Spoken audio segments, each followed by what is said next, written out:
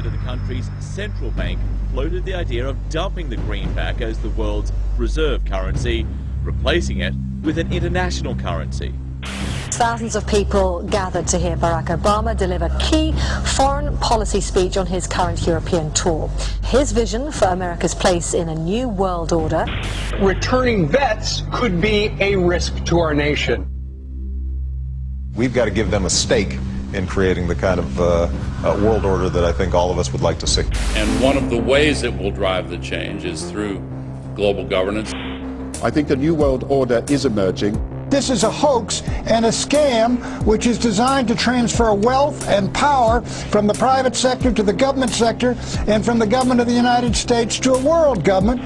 And those people who have been yelling, oh, the UN's going to take over global conspiracy government. theorists. They've been crazy, but now they're right. And who got the money? Hundreds and hundreds of banks. Any bank that has access to the U.S. Federal Reserve's discount. Tell us who they are. No. You know, financial terrorism. They have the ability to tweak the knob. I am proposing that the Federal Reserve be granted new authority. The ultimate goal of the carbon tax and the cap and trade is to destroy production. This energy tax is the largest tax increase in American history. We're actually creating a global warming police. So number one, they can come in, the federal government can come in and inspect your house and send you the bill. We're setting up a global warming Gestapo. One of the things that if you talk to our generals, they are desperate for is a civilian counterpart to our military forces. I am fierce. And this is what I wear.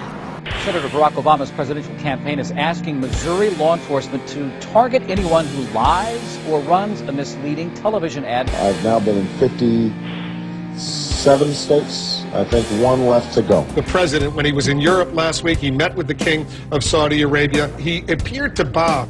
President Obama today proposed something new, something called prolonged detention. Pre-crime is where people are arrested and incarcerated to prevent crimes that they have not yet committed.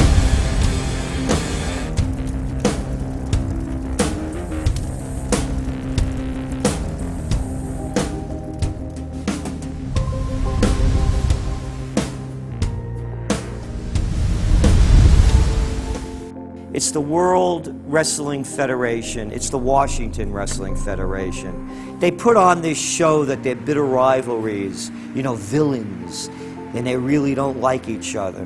But behind closed doors, they buddy up for a drink and make deals.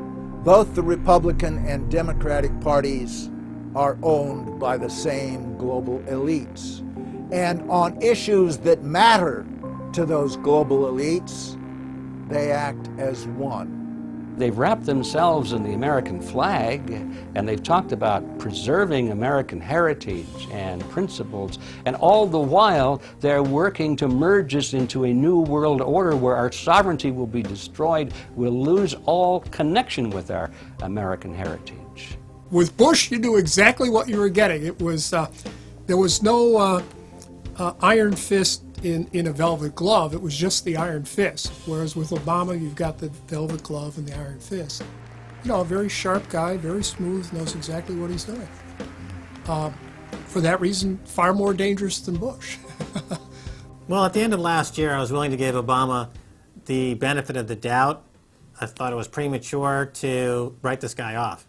But now that he's been in office for a while, it's obvious that he is very tight with the Goldman Sachs and JP Morgan's on Wall Street, and he is extremely compliant and pliant to the wishes of the large banks, going back to what we saw with Robert Rubin under the Clinton administration, changing laws in favor of the banks, and he's not doing anything to stop the banks. He's helping the banks continue to do what they were doing under Bush. So in fact, he's just a continuation of Bush on the subject of markets and finance, which is the most important part of his policy right now. People who voted for Obama wanted real change, and they're getting platitudes, they're getting a lot of nice talk, but nothing in the way of concrete change is taking place. In this town, business as usual. There's one puppet master that controls the left, and there's the same puppet master controls the right.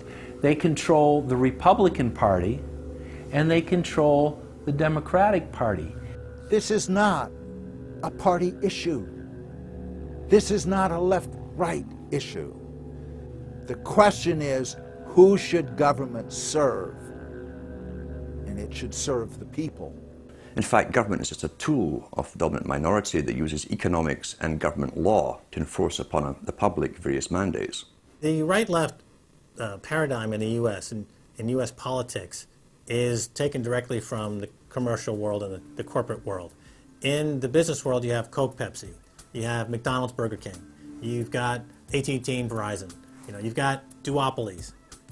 And a duopoly gives the illusion of there being some competition and some choice. And it looks a little bit better than a monopoly. So, for example, in communist Russia, if they had communist Russia red and communist Russia chartreuse, there would have been the illusion of choice and something akin to democracy in Russia. But they simply said, forget it, we're just going to go with red.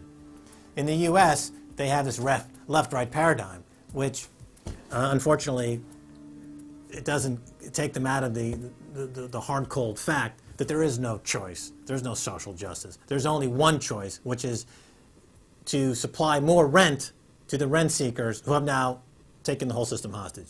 We've seen the limitations on government whittled away. We have seen this erosion to the point where today it seems like nobody does care. And right now in Washington, D.C., we have seen a fall of the republic. If the United States doesn't have its Bill of Rights and Constitution, it doesn't exist anymore. It's just more real estate, more dirt. And that's what these global corporatists want. They want to completely dismantle the Bill of Rights and Constitution, and they're doing that right now. This is the fall of the republic. Our nation is dying. We, the people that live in this fine country, need to stand up, get involved, and take the system back. It's the Bill of Rights and Constitution that we owe allegiance to, not to a political party, and not to politicians that wrap themselves in the red, white, and blue, while at the same time they destroy everything that that sacred flag stands for. So in the old days, you used to have this globe that with 180 some odd countries, and a few of those countries had a lot of power, like the Soviet Union, the United Kingdom, and the United States at various times. But today, you might better look at that globe and say that it's surrounded by huge clouds swirling around the planet. They know no national boundaries. They don't follow any specific sets of laws, and these are the big corporations. They basically control politicians around the world because they have all the money, and politicians always need money to get elected or to run their governments if they're not democratically elected politicians. They control the mainstream press, either through outright ownership or advertising budgets. They have massive amounts of lobbyists in Washington that have tremendous influence on our president and Congress. And they really are calling the shots. They form partnerships with the Chinese and the Taiwanese and the Tibetans, or with the Israelis and Arab nations, with Brazilians and Indians, with whatever country and whatever group of people has resources that they covet. And so for the first time in history, we really have this new form of an empire. Barack Obama is a puppet of the New World Order to bring in a World Bank, to destroy the economy of this country, and to bring in global governance. And no matter how likable the fellow is, we as citizens of this country need to stand up and say no. We have to stand up to preserve a republic here and a rule of law, which is under dire threat. We don't want to live under a world government of the corporations, by the corporations, and for the corporations. I don't want to believe it, and that's probably what holds me back on it, but I'm certainly seeing enough indication that it could be true. Absolutely, because they're always talking about Mexico and the United States and Canada ending up like Europe. And there's things done politically that seem to take us in that direction. And so I think it's incumbent upon all of us as American citizens to pay attention. This move to world government is not about roses and happiness and peace and in a better life. It's about enslavement. They said in their own writings, from the earliest times to the present, the world they're bringing in is to be a world where everyone who is born, or would be allowed to be born to serve the state. That would be their sole function. That's if they had a job for you to fulfill or a need for you.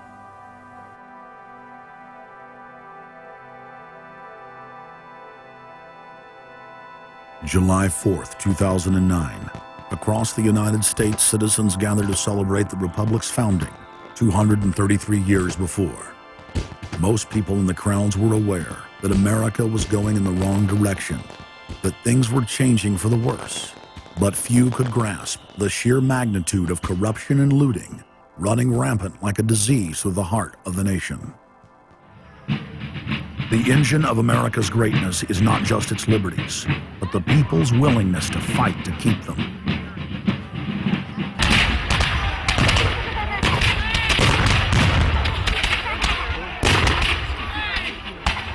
Hundreds of other nations have had much larger populations and greater resources, but have never produced 1/10 of the wealth, science, and art that the United States has. Why? In America, you had an amazing situation because you had the founding fathers who figured out that they could deconstruct the monarchy in such a way and then reproduce it with the three primary branches of government in a way that would create checks and balances and separation of powers. So you could have room, therefore, for individuals to work within the context of a cooperative, which is a democratic system of government. But it would still have enough room for individuals to rise up and become profitable and self-sustaining and rich in the pursuit of happiness without becoming dictatorial. But unfortunately, over the years, since all of those separation of powers have been cut away, and all of the beautiful design by the founding fathers has been co-opted by one corporate entity, one corporate communist entity, you don't have that anymore. So what we have, we're back to where we were before the revolution. You have one monolithic state. For the first 100 years or so of the United States, after the 1700s, when we freed ourselves from British rule, no corporation was given a charter in the United States unless it served the public good. It had to prove that. And then its charter only lasted for 10 years, or sometimes as long as the project to build a bridge or a canal or something lasted. But it had to be up for review, and it could only get charters if it was shown that it was serving the public interest. That changed, primarily because John D. Rockefeller kind of bribed Delaware and New Jersey to begin with into accepting a different system where he said, listen, if I pay you lots of money in terms of taxes, etc., I want to be licensed and not have to serve the public good. I want to be able to get around that law. And state after state after state changed at that point. In the United States, our Constitution and Bill of Rights recognizes that individuals have innate freedoms that can never be taken away by any government. For the first time in history, the people were unbound to reach for their full potential, producing and outcompeting every other nation on earth. The rights of free speech, self-defense, private property, due process of law, and many others ignited a revolution in human development that threatened the despotic rule of monarchs and tyrants worldwide. But the corrupt elites had studied history. They knew that great civilizations could only fall from within. They know from previous experience and history that civilizations come and go and dwindle. They know the reasons why they come and go.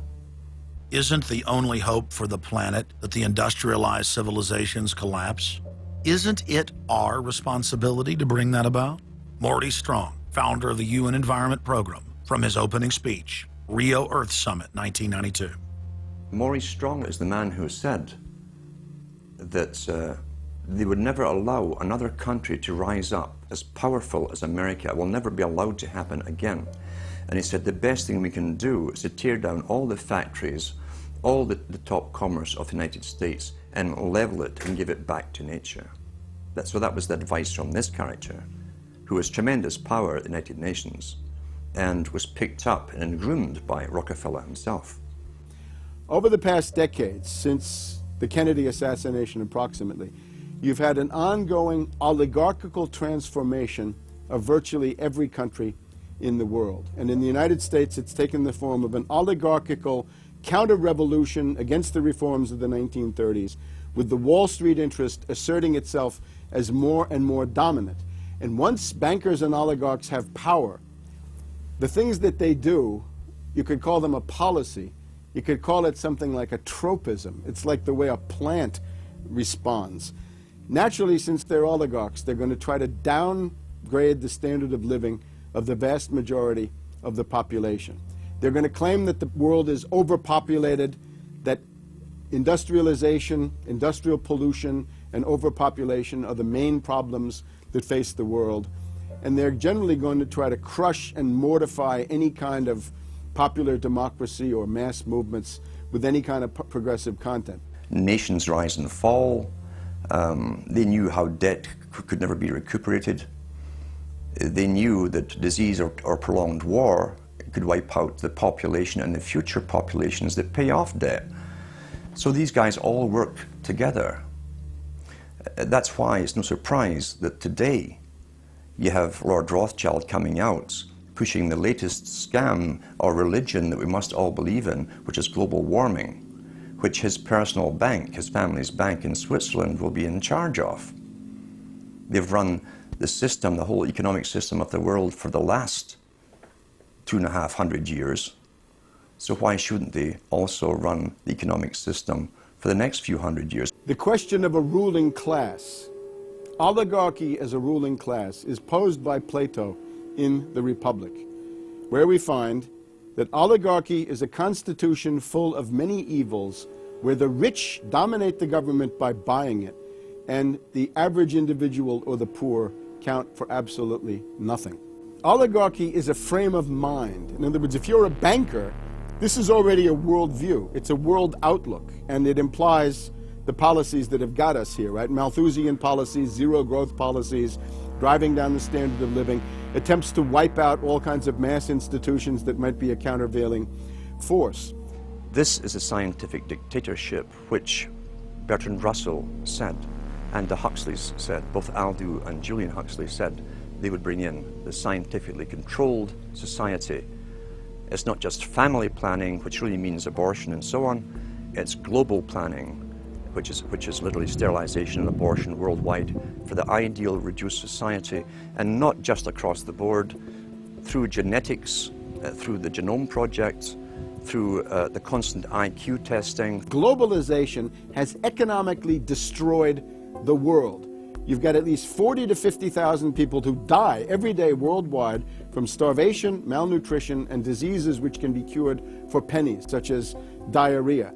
And if you ask one of these Malthusian oligarchs, don't you think that something should be done to raise the standard of living in Africa or South Asia? They'll say, no, we can't do that. That would wound the planet. That would oppress Mother Earth. So that's oligarchy. Class consciousness in this sense is absolutely essential.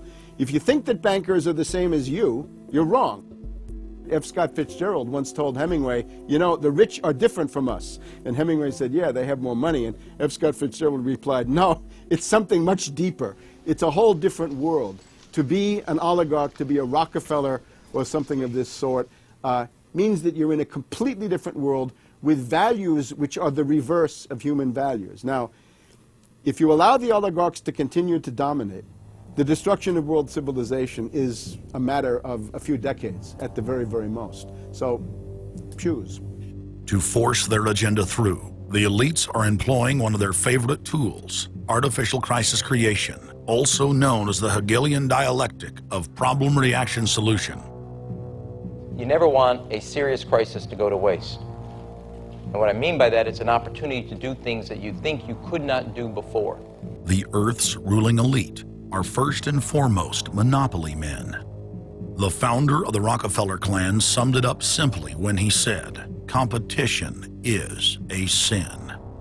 Rockefeller himself said that competition was a sin. And people quipped at that, thinking it was one of his little jokes. He made many jokes about saving pennies and stuff like this. But in reality, he was telling you a truth, that competition to a man like him, who worked for a much larger organization, competition truly was a sin.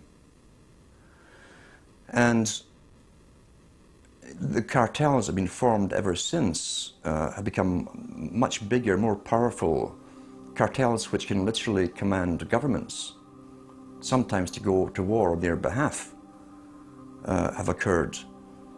The economic crash of 2008 and 2009 was an engineered crisis designed to cripple sovereign nations globally to make way for a world currency and a new bank of the world.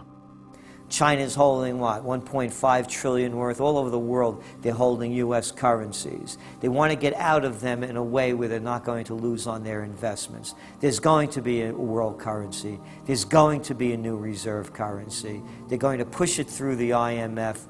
That's going to be the banksters that are going to be in charge of it. It's going to happen, and it's going to happen sooner rather than later. There was also a question to Geithner.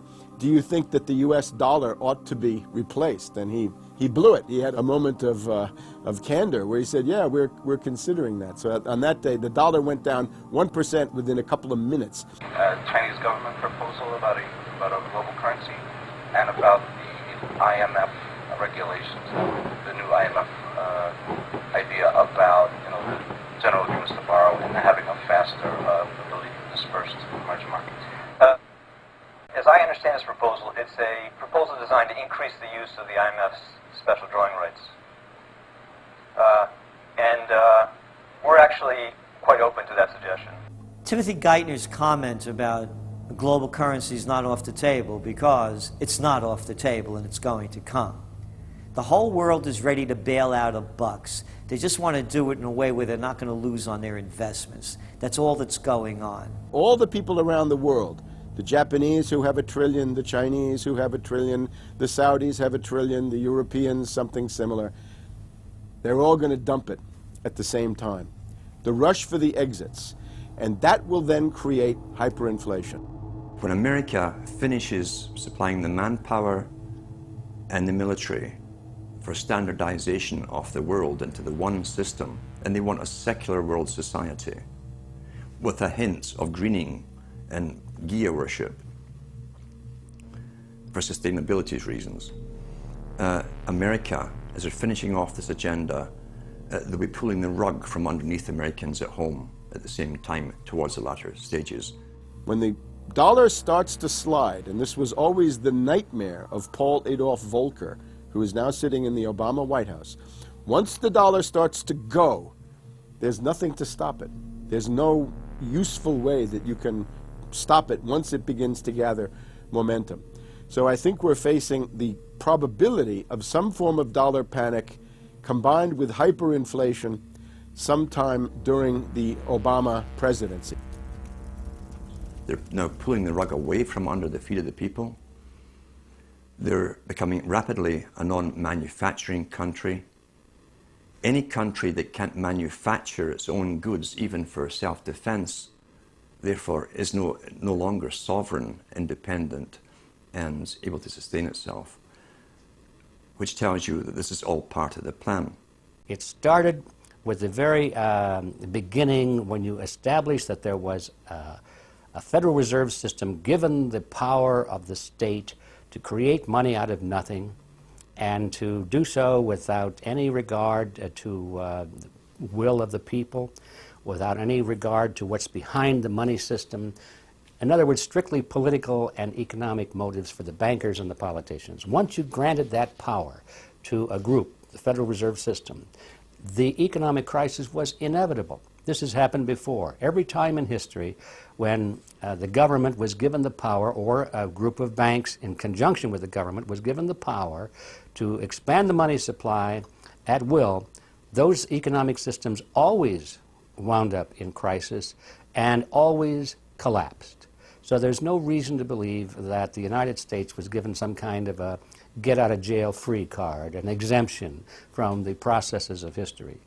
So the economic crisis began at the very beginning, and as a matter of fact, when the founders of the Federal Reserve System met on Jekyll Island back in 1910 and were drafting the Federal Reserve Act, one of the things they discussed was how to pass on the inevitable losses to the taxpayers. They knew that inevitably something like this would happen, and they knew that there had to be some way to get out of it without destroying the banks, of course, because they were the banks. And they said, aha, we'll go into partnership with the government, we'll take our cartel agreement and pass it into law, call it the Federal Reserve Act, and we'll make the taxpayer come online and be responsible to bail us out if and when the failure finally comes. Who's going to soak up the derivatives? Who's going to soak up the debt? Who's going to be penalized? And right now, it looks like Wall Street's getting bailed out, and the little guy in the middle of Main Street America are all going to pay the penalty. Can the economy be turning around here? Are happy days here again? And can we actually have growth without jobs? Is this an oxymoron, jobless recovery? We're going into the greatest depression. There will be no job growth. Unemployment will continue to escalate. Along with it, so too will crime, poverty, kidnappings, boss snappings. And the more things spin out of control, the harder the hammer is going to come down by the federal government to keep everyone in control. Power is much, much more important to them than money is. Money is only a way to the means. Power is the end result. The elite's main goal is to destroy national sovereignty and individual independence. To consolidate their grip on power, the banksters create artificial debt bubbles that are mathematically impossible to pay back. These are those sinister, toxic assets, the complex financial instruments that they talk about but never really name.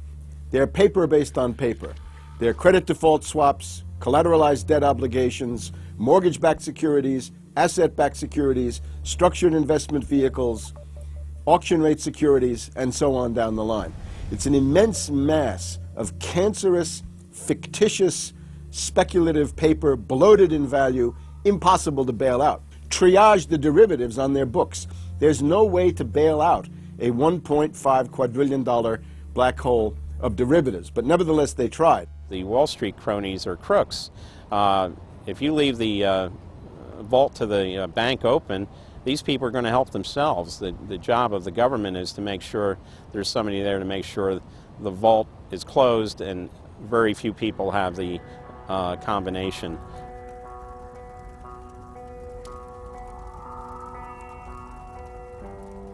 I'm William K. Black, Associate Professor of Economics and Law at the University of Missouri at Kansas City.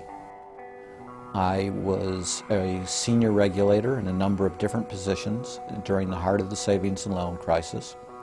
On a staff level, I led the re-regulation of the savings and loan industry. The purpose of regulation and effective criminal prosecution is to make sure that cheaters don't prosper, that honest manufacturers win in competition. The primary driver of the current crisis is accounting control fraud. These are frauds led by the CEOs of the major lending institutions and major banks and institutional buyers of toxic waste product. How did it start? It started with mortgages, particularly non-prime mortgages.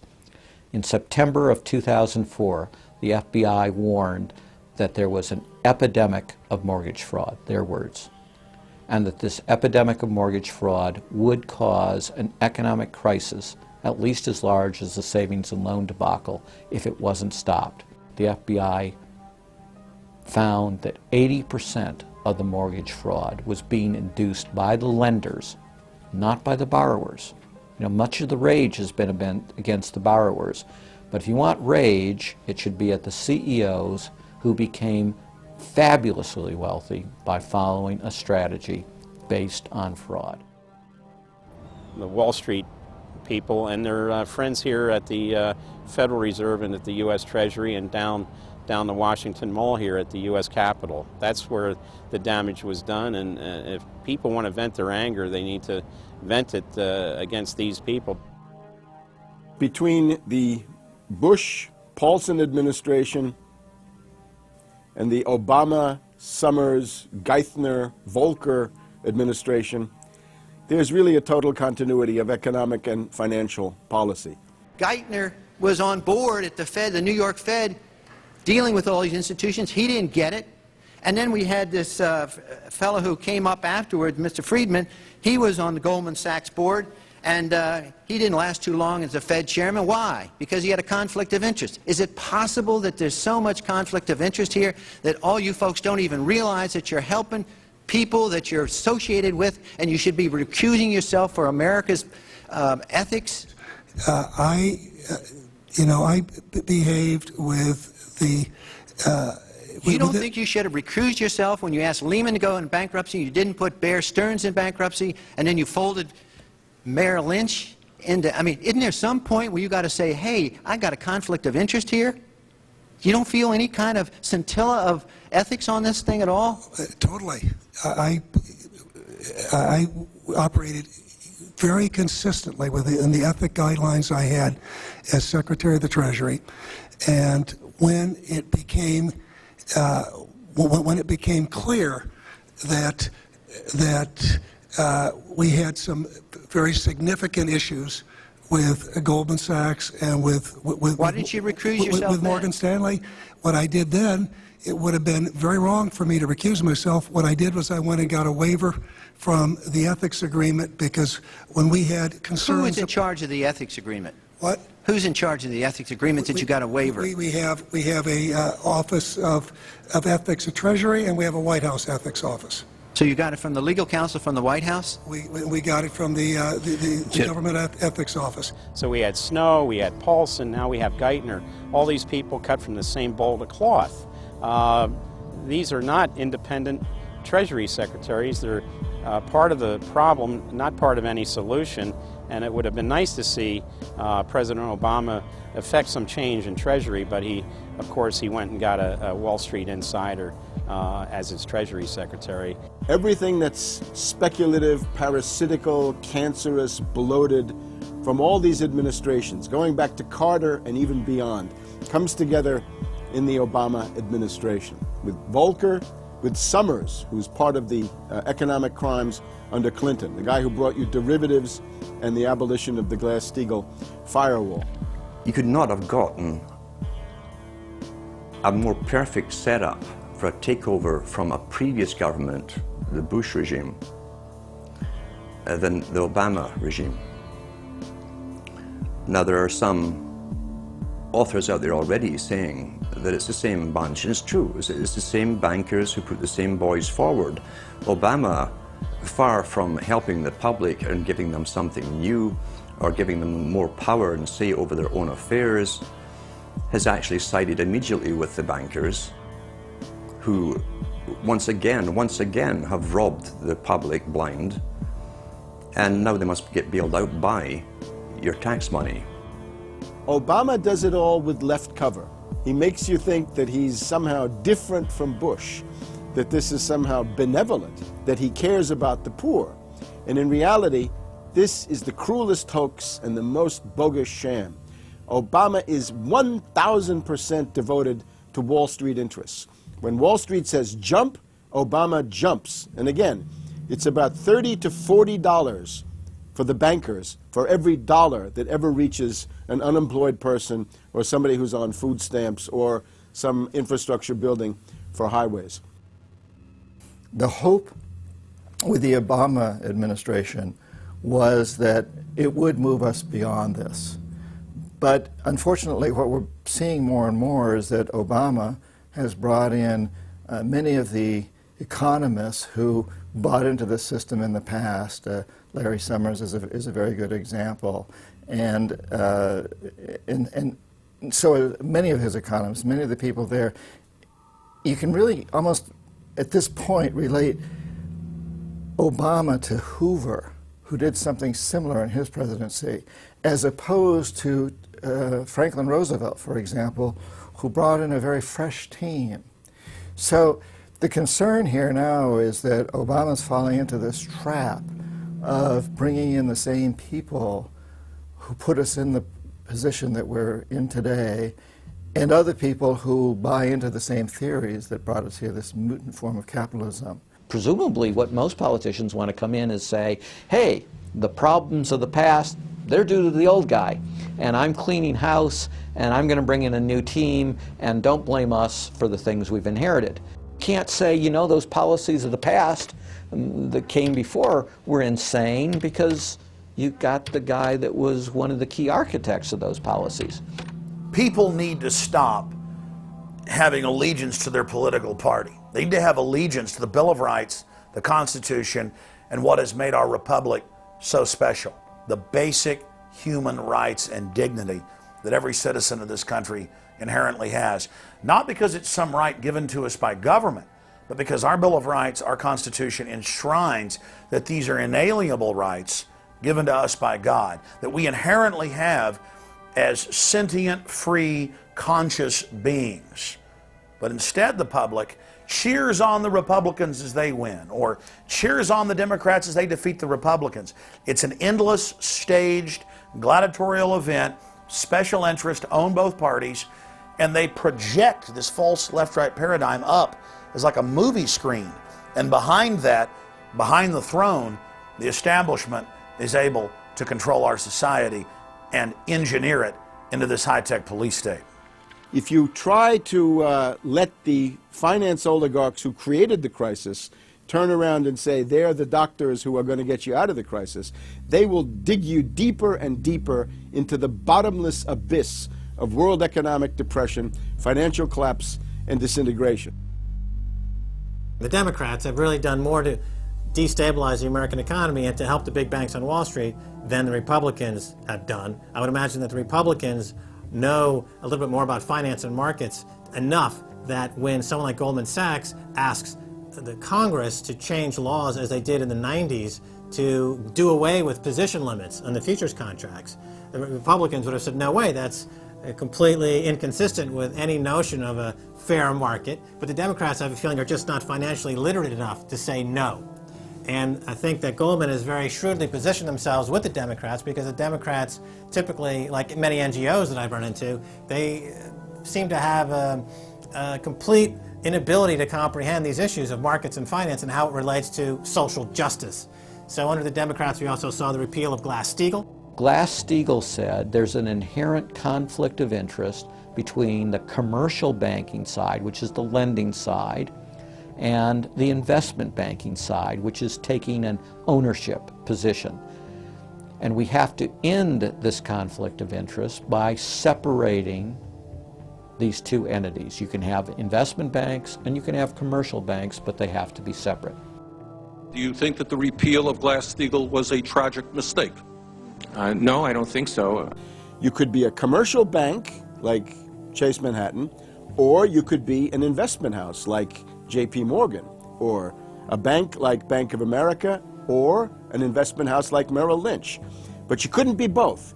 And as the 90s went on, the screaming hyenas of Wall Street were demanding that this prohibition, this regulation, be abolished. This was an illegal and inappropriate form of casino.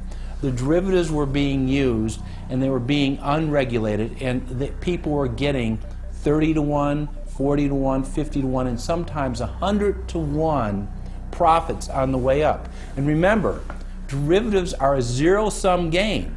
So there's nothing there. It's not like a piece of stock in General Electric or Ford or something like that where there's supposed to be some value. Derivatives have no value.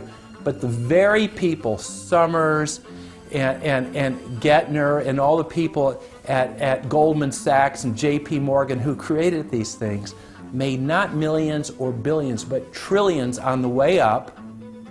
And now that these things are crashing, the very same folks are now put in charge of regulating these things and in charge of the bailout, and they are giving money to the very rascals that created this problem, took the profits. The problem cannot be fixed. And this is on Obama's watch right now. You have so many different schemes and mechanisms at play. It's sort of like after there's a blackout, you know, people in some parts of the country have been known to loot the local stores. You know, they go in, they grab the televisions, and they grab the stereos. And basically that's what the Wall Street gang has done.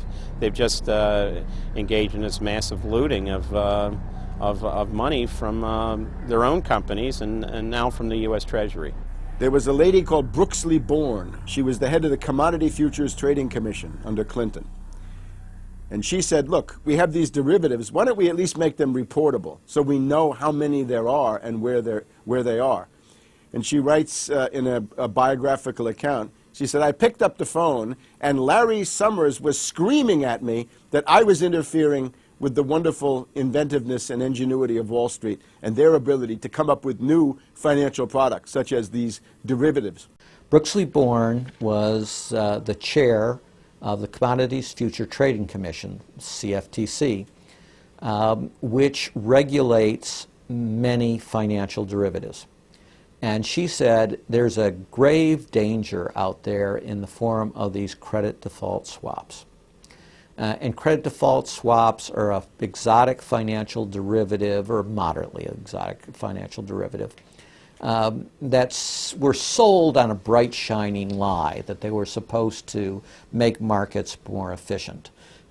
In fact, they allow utterly insane gambles, and they're really great devices for accounting fraud as well.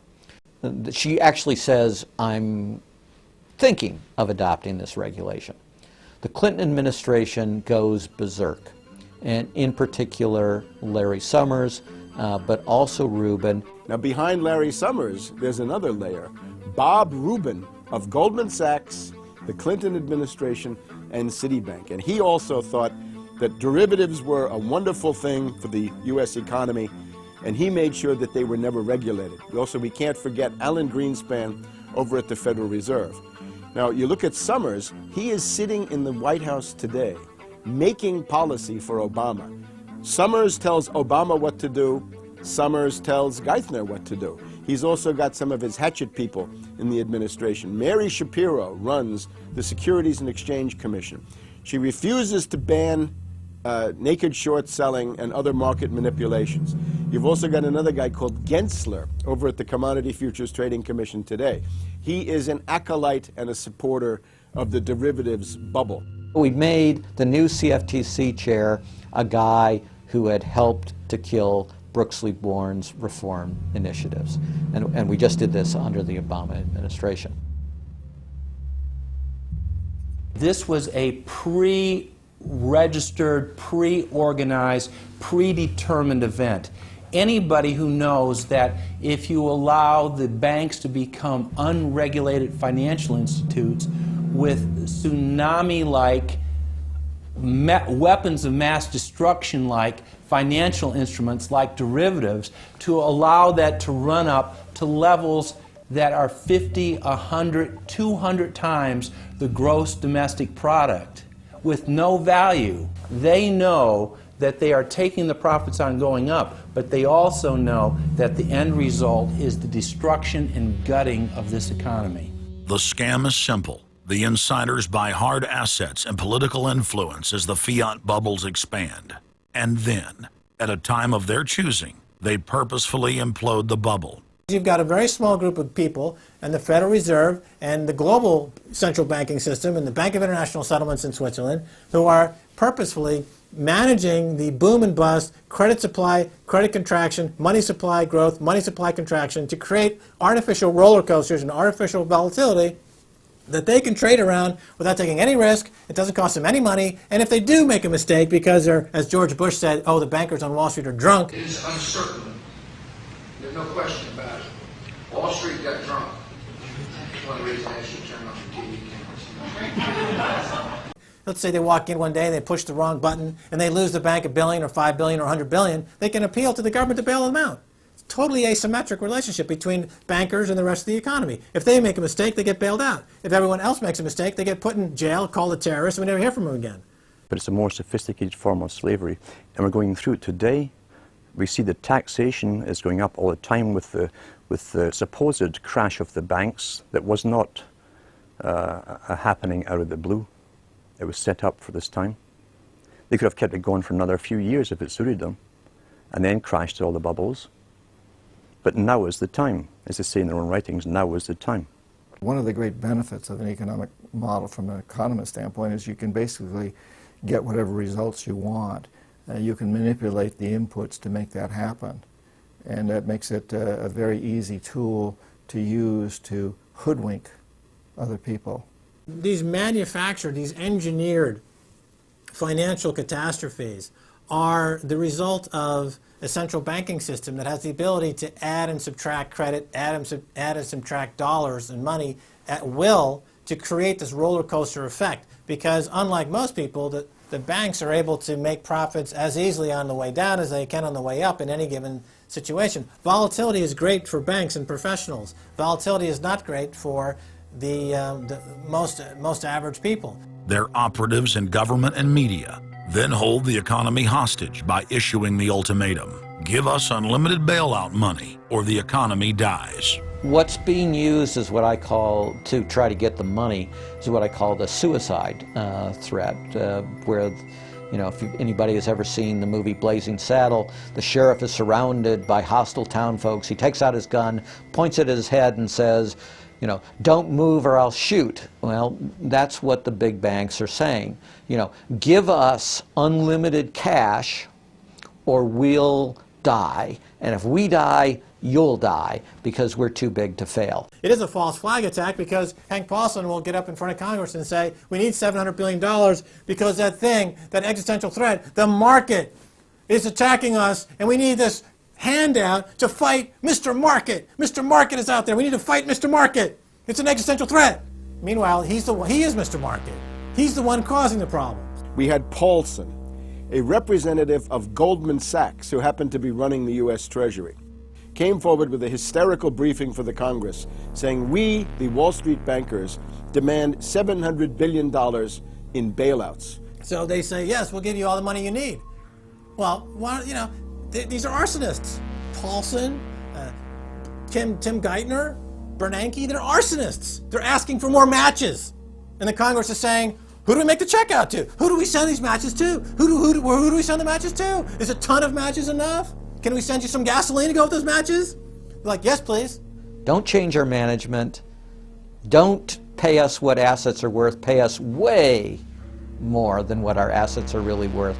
Don't make us use honest accounting. Allow us to lie. We've just, under congressional pressure, changed the accounting rules for the express purpose of making sure that the big banks don't have to report honest losses. The only way they can pass this bill is by creating and sustaining a panic atmosphere. That atmosphere is not justified. Many of us were told in private conversations that if we voted against this bill on Monday, that the sky would fall, the market would drop 2,000 or 3,000 points the first day, another couple thousand the second day, and a few members were even told that there would be martial law in America if we voted no. That's what I call fear-mongering. We have, you know, people in the government threatening martial law or things to get their way in the executive branch against Congress. You know, if you put all these signs together, it doesn't look good at all. To the extent we are a democracy, we're sort of a hairbreadth away from a police state. Congress aided the bankers in carrying out the biggest heist in history with the so-called banker bailout of 2008. The bailout money, the $13 trillion or so dollars that have been given to the banks, is sitting on the balance sheet of the banks, and that is incurring interest costs. And that's going to precipitate the need to flush the system with more cash. And at some point, the dam will break, and you're going to have very high inflation. Some predict hyperinflation.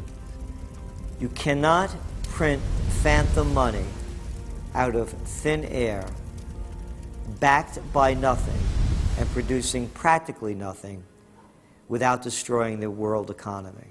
So unless we cut out the toxic funds, the toxic elements of this economy, every time we put in money on this bailout, it's just feeding the fire. It's not making things better.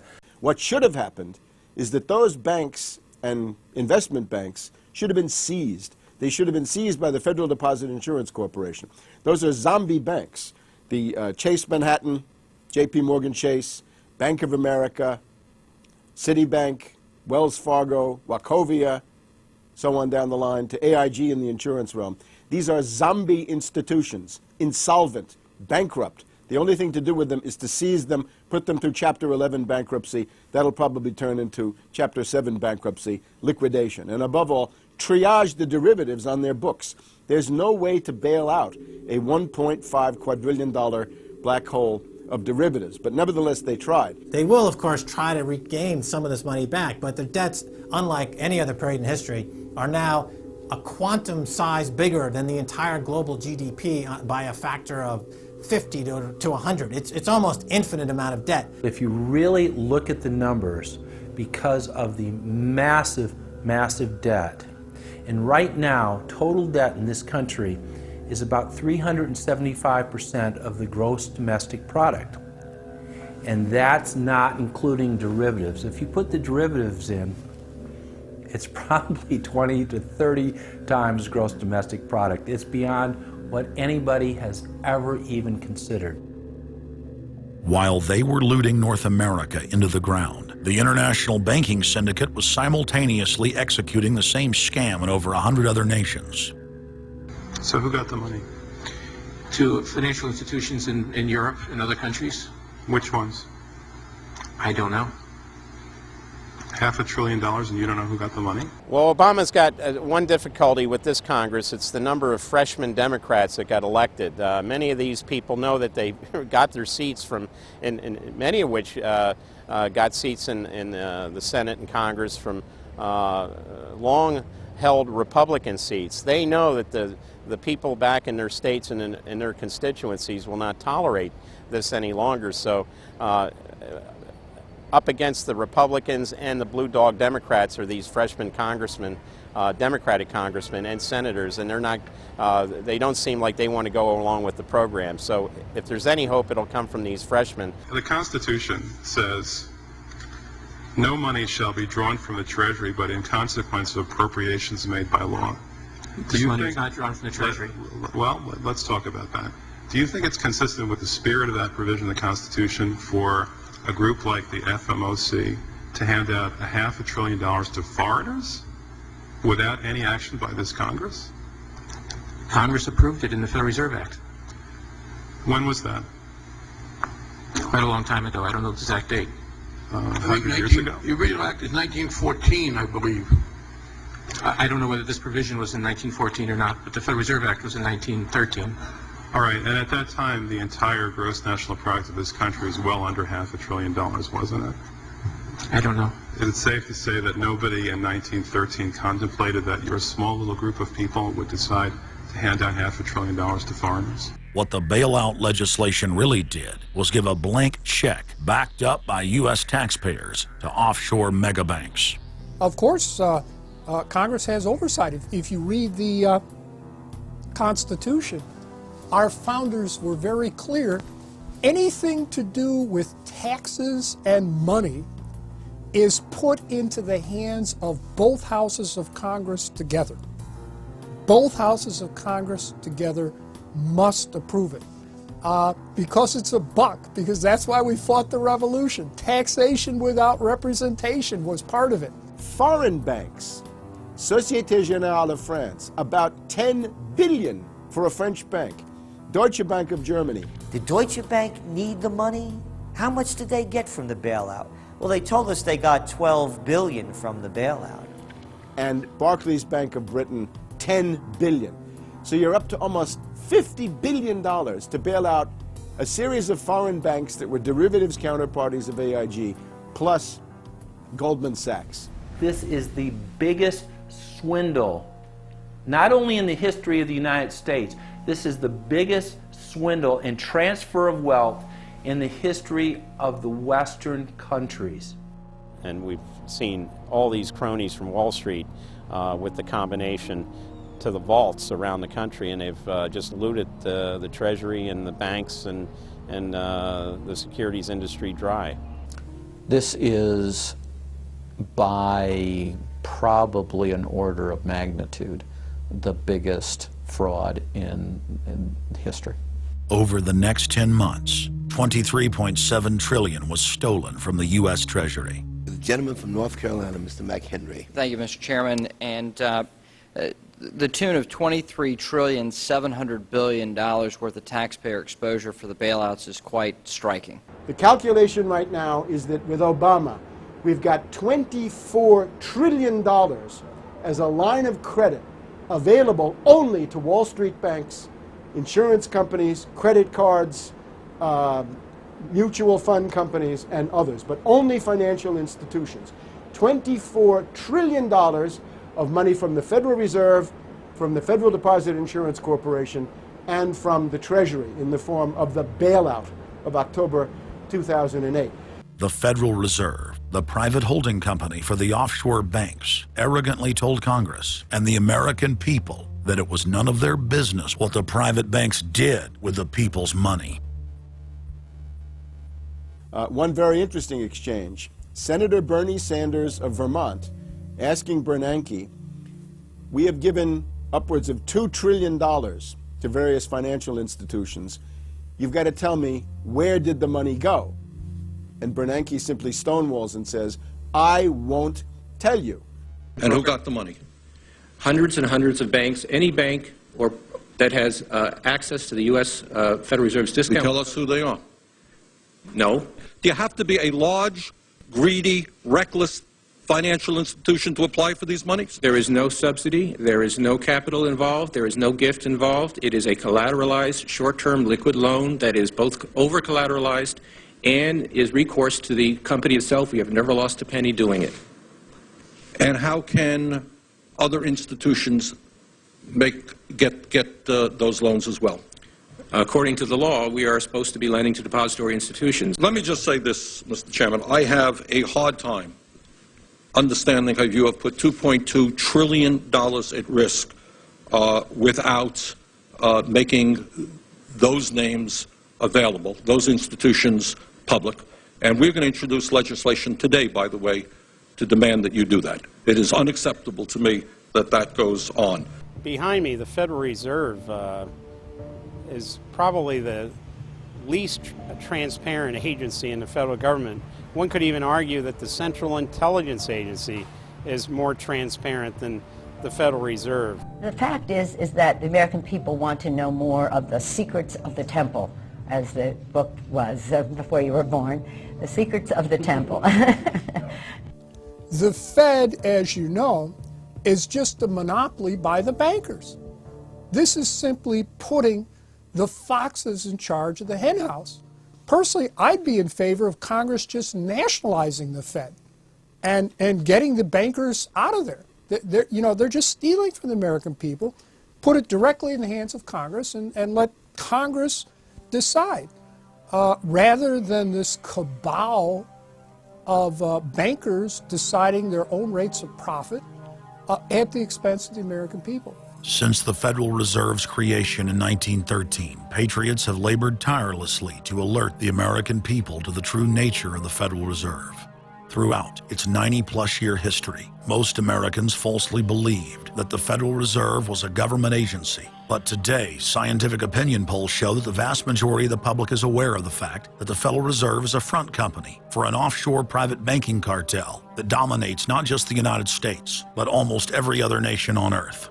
It's never been written about in any book that I've found as to who gave these guys the authority or permission to be the international bankers for the world. Why would you even need international bankers?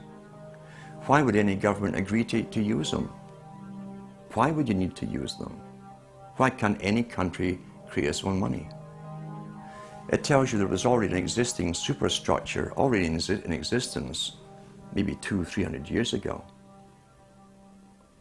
to give these guys permission to somehow be the overlords of all money for all countries. Polls also reveal that 75% of Americans demand a public audit of the secretive organization. By the summer of 2009, Congressman Ron Paul's bill to audit the Fed had gained more than 280 sponsors in the House. But the private Fed's high-powered lobbyists were able to block a vote on the bill in the Senate. That only piqued the public's interest. I have another amendment. I have been informed that the majority plans to block consideration of this amendment, which is number 1367, regarding the transparency at the Federal Reserve. Madam President, I'd like to call up Amendment 1367. Without objection, the clerk will report. The Senator from South Carolina, Mr. DeMint, proposes amendment number 1367. Senator from Nebraska. I make a point of order against the DeMint amendment that it's legislation on appropriations. Madam President? The point of order is well taken. The amendment. I regret the objection. The amendment falls. The people began asking themselves, why couldn't there be an audit of the Federal Reserve? The Fed has never once been audited. In the whole period of time, in the almost 90 some odd years that the Fed has been around, the most powerful agency and independent agency, it has never once been audited. This is an absolute crime against the freedoms of this country. Do you think it would cause problems for the Fed or for the economy if that legislation was to pass? My concern about the legislation is that if the GAO is auditing not only the operational aspects of our programs and the details of the programs, but is making judgments about our policy decisions, that would effectively be a takeover of monetary policy by the Congress. Is that your position, that this bill, if it were to be passed, would interfere directly with interest rates, setting interest rates? If we were to raise interest rates at a meeting and someone in the Congress didn't like that and said, I want the GAO to audit that decision, wouldn't that be viewed as an interference? I wouldn't think so. This is just reviewing it, and you can do what you want. The Federal Reserve has never been subjected to an outside audit. And if you audit them, it's very likely that Greenspan, Bernanke, and Volcker might all go to jail. It was announced earlier today, that there will be a hearing on H.R. 1207, the bill to audit the Federal Reserve Bank. This will be the first independent audit in the Federal Reserve's 96-year history, and it's long overdue. Months ago, I asked the Vice Chairman of the Federal Reserve who received the $1 trillion in funds that the Federal Reserve has handed out to domestic institutions. He said, I'm not going to tell you. And then more recently, the Chairman of the Federal Reserve, I asked him who receives the $500 billion, we're talking about $500 billion, that the Federal Reserve handed over to foreign central banks. Who did they disseminate that money to? And he said, I don't know. $500 billion, and he doesn't know. It's long overdue. We need to audit the Federal Reserve, and I'm happy to say that we're going to have a hearing on that very soon. The only way, really, America can get out of the current mess is you've got to shut the Fed down completely, get rid of the Fed. You've got to put the money printing mechanism back under the roof of the federal government instead of outsourcing it to the Fed. Why were the bank's front men, Alan Greenspan and Ben Bernanke, all over the news saying that they were above the law? What is the proper relationship, what should be the proper relationship between a chairman of the Fed and a president of the United States? There is no other agency of government which can overrule actions that we take. What the relationships are don't frankly matter. A grassroots movement demanding that the private Federal Reserve be nationalized exploded in size across the country. The momentum had shifted. Now the arrogant central bankers were the ones running scared. They had planned to use their stage crisis to bring in an all-powerful central bank of the world. Immediately, every country goes into action at the same time. The International Monetary Fund is mentioned at the G20 meeting. They say that it must be brought to its full power, and we need a Bretton Woods Part 2 for world taxation. What is global government? For decades, the media denied it existed. But now they're saying, oh yes, there's going to be a global government, a new bank of the world, and we're going to pay our carbon taxes to it. What is it? It's nothing more than a private, hostile, corporate takeover of every sovereign nation on earth. And then when you look at the philosophy of these global corporate chieftains, it is one of domination of the poor, domination of the population. It is a view that human life just isn't cheap. No, human life is a negative. And so no matter what they do, they have the rationale that it's in the greater interest to get rid of more human lives. They are so arrogant and they're so sure of themselves, they're saying, yes, we created the European Union, we created the Euro, and these are from the people of the Bilderberg. We are going to create a world bank. We're going to create a world government. They're saying it out loud and clearly. Suddenly, across the planet, their regional front banks had been identified by sovereign populations as the illegitimate shadow governments that they are. The controllers had moved too quickly and revealed their hand. Populations around the globe were seeing through the establishment's facade, past the puppet governments, and to the global architects that were pulling their strings. Where are the American people? Why have they lost their dignity? What is stopping them from speaking out? Why have they become little mice that follow Pied Pipers? How can they look up to these pathetic politicians? Go sit down. I have a question for this young man. He has the right to be represented. I'm his father, and I want to talk to you face to face. Why not a lobbyist with all kind of money to stuff in your pocket so that you can cheat the citizens of this country? So I'll leave, and you can do whatever the hell you please to do. One day God's gonna stand before you, and he's gonna judge you and the rest of your damn cronies up on the hill. And then you will get your just desserts. As the public begins to awaken to the fact that Barack Obama has cold-bloodedly betrayed the pledges he made to the American people, the establishment media and Democratic leaders have invoked the tactic of divide and conquer. I think they're astroturf. You be the judge of carrying swastikas and symbols like that to a town meeting on health care. An overwhelming portion of the intensely demonstrated animosity toward President Barack Obama is based on the fact that he is a black man. Desperate to ram their agenda through, they have played the race and class cards. You start to wonder whether, in fact, the word socialist is becoming a code word, whether or not socialist is becoming the new N-word. When I heard people going after the First Lady and the number of staff people they have, it sounds racist to me. It is essential that the establishment play the population off against each other, along the lines of Republican, Democrat, liberal, conservative, black and white. As long as the people are fighting with each other, they can never get together and remove the corporate dictatorship that has criminally seized power through the national security state.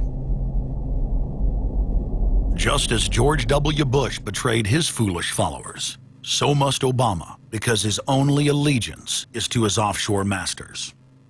President Obama today nominated Ben Bernanke for a second four-year term as Federal Reserve Chairman. The president called his actions on the global financial crisis bold and out of the box. As an expert on the causes of the Great Depression, I'm sure Ben never imagined that he would be part of a team responsible for preventing another.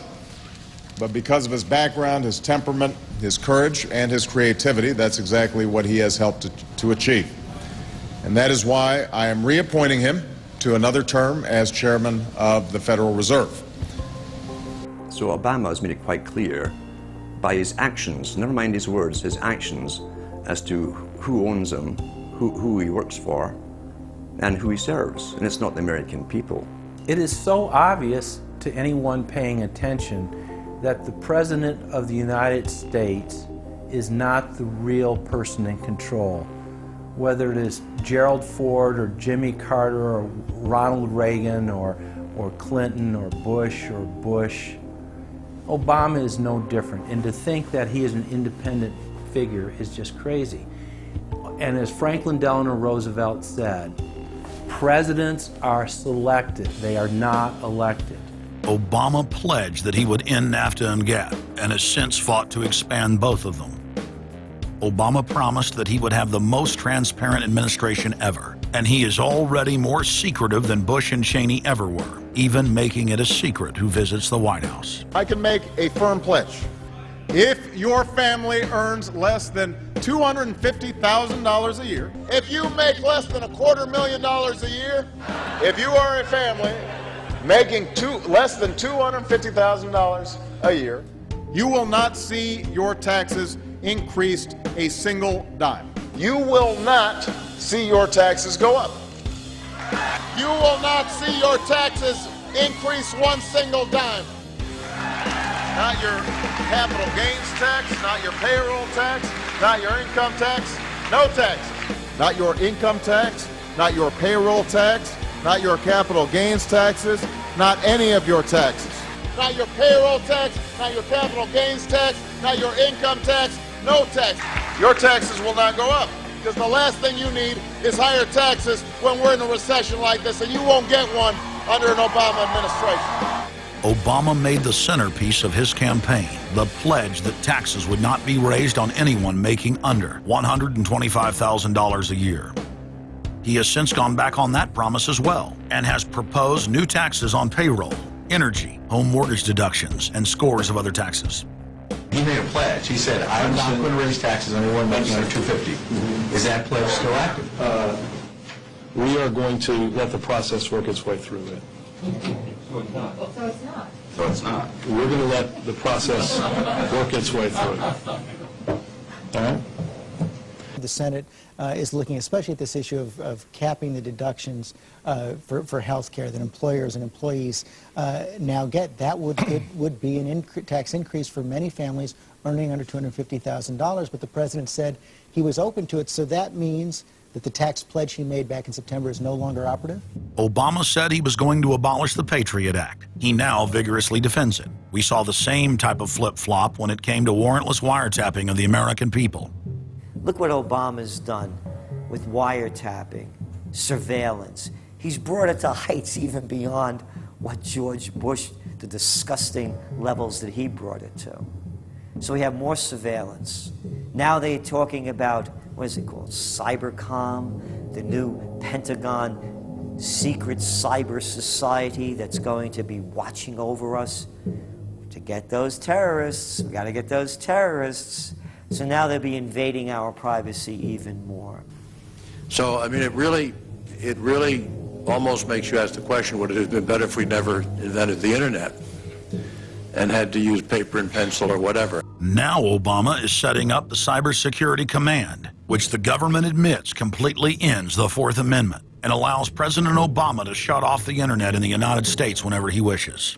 Indeed, in today's world, acts of terror could come not only from a few extremists in suicide vests, but from a few keystrokes on the computer, a weapon of mass disruption. As part of the new single national security staff announced this week, I'm creating a new office here at the White House that will be led by the cybersecurity coordinator. This new control grid is administered by the Pentagon. They just want to keep tabs on us. So we're turning into a surveillance, wiretapped government state. The government is taking more and more control over our lives. I can stand here today as President of the United States and say without exception or equivocation that we do not torture. Obama made a show of investigating torture, but has ignored the Army's own detailed investigative reports, which name the torturers that the White House memos document were following the directives of Bush and Cheney, the men who are most guilty for issuing the infamous orders. Some low-level soldiers have been prosecuted for their role at Abu Ghraib, but no senior officer has been held accountable in any of these cases to date. Heidi? I know that these debates lead directly, in some cases, to a call for fuller accounting, perhaps through an independent commission. Now, I've opposed the creation of such a commission. Next, Obama expanded Bush's doctrine of indefinite detention of foreigners without trial to holding citizens without evidence indefinitely, without ever even committing a crime. President Obama today proposed something new, something called prolonged detention. Pre-crime is where people are arrested and incarcerated to prevent crimes that they have not yet committed. Barack H. Obama, who ran as an anti-war candidate, has continued the war in Iraq, massively expanded the war in Afghanistan, and unleashed a new conflict in Pakistan. Now Obama is promoting the biggest defense budget in history, dwarfing George Bush's war machine. What George Bush has been trying to do as part of his effort to accumulate more power in the presidency is he's been saying, well, I can basically change what Congress passed by attaching a letter saying, I don't agree with this part or I don't agree with that part. I'm going to choose to interpret it this way or that way. That's not part of his power. But this is part of the whole theory of George Bush, that he can make laws as he's going along. I disagree with that. I taught the Constitution for 10 years. I believe in the Constitution, and I will obey the Constitution of the United States. We're not going to use signing statements as a way of doing an end run around Congress. All right? Obama guaranteed that once president, he would stop the unconstitutional practice of issuing signing statements, through which the executive branch illegally usurps the legislative power of Congress.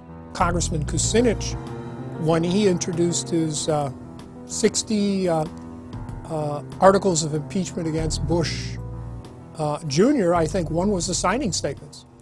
The form of the resolution is as follows. A resolution, articles of impeachment of George Bush, President of the United States. Resolved, that President George W. Bush be impeached for high crimes and misdemeanors.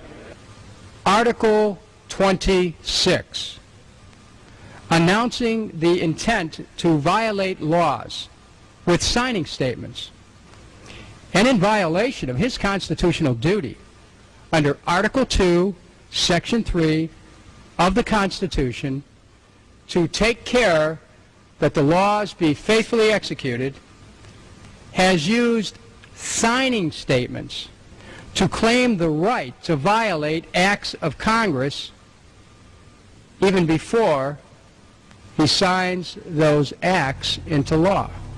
Same analysis would apply to Obama, and a fortiori because he taught constitutional law. He knows better. He's a lawyer licensed to practice law, who, as I am, who took an oath when he was licensed to uphold the Constitution and laws of the United States of America.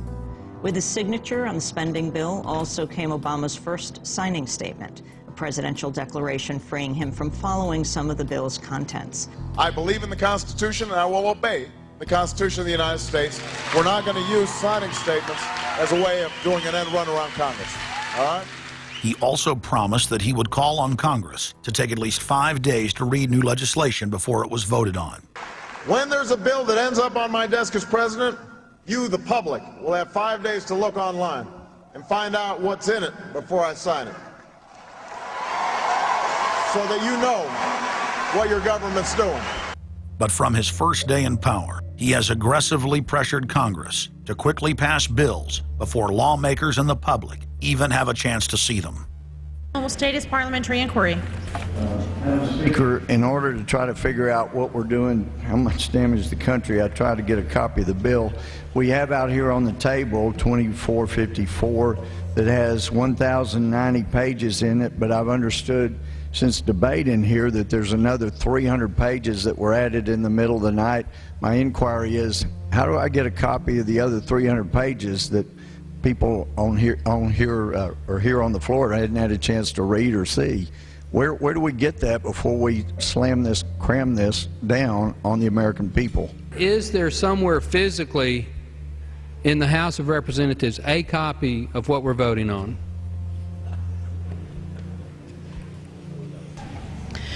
The gentleman has not stated a parliamentary inquiry that the chair can answer. Mr. Speaker, I have to say that I am outraged. Here we are getting ready to vote on a piece of legislation, and we haven't even seen 300 pieces of this legislation. No one can even find the bill or even knows where it's at.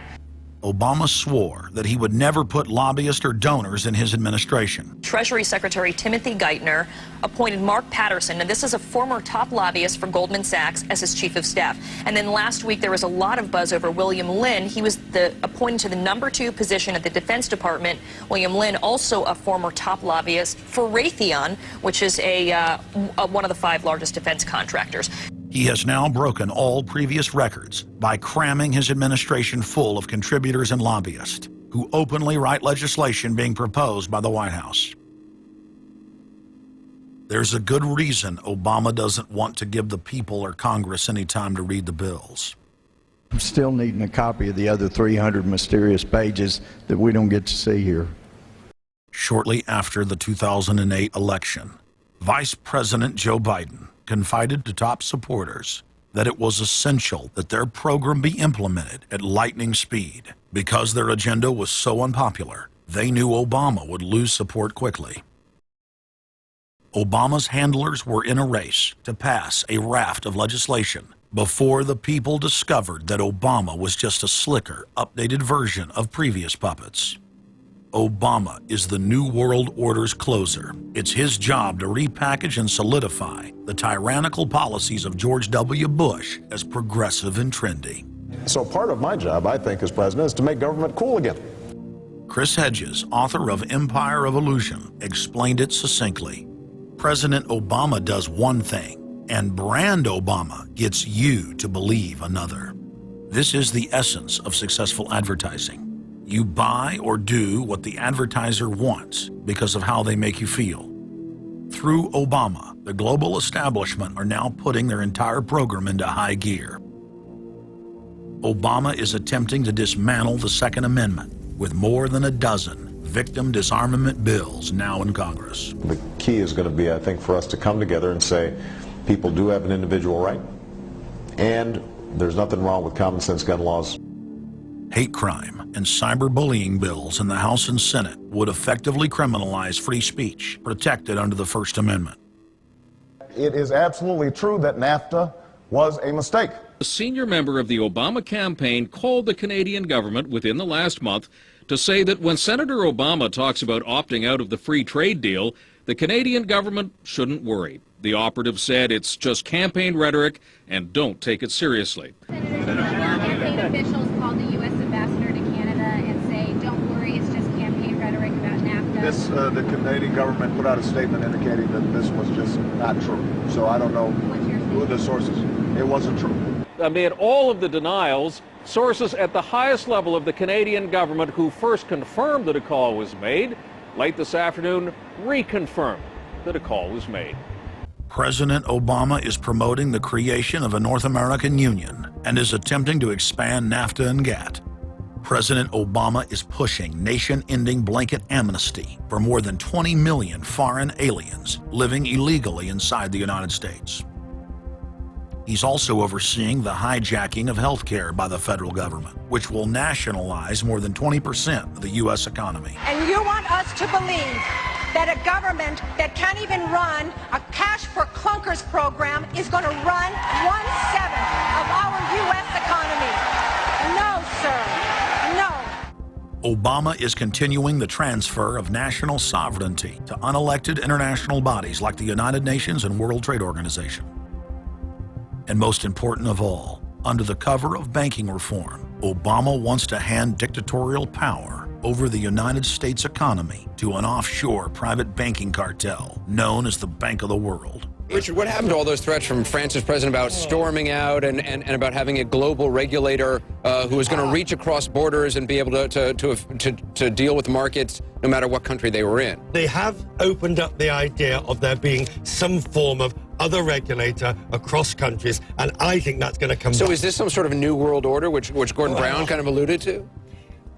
I think a new world order is emerging, and with it the foundations of a new and progressive era of international cooperation. The finance heads of the 20 industrialized nations met again in late September of 2009 at the G20 summit in Pittsburgh, Pennsylvania.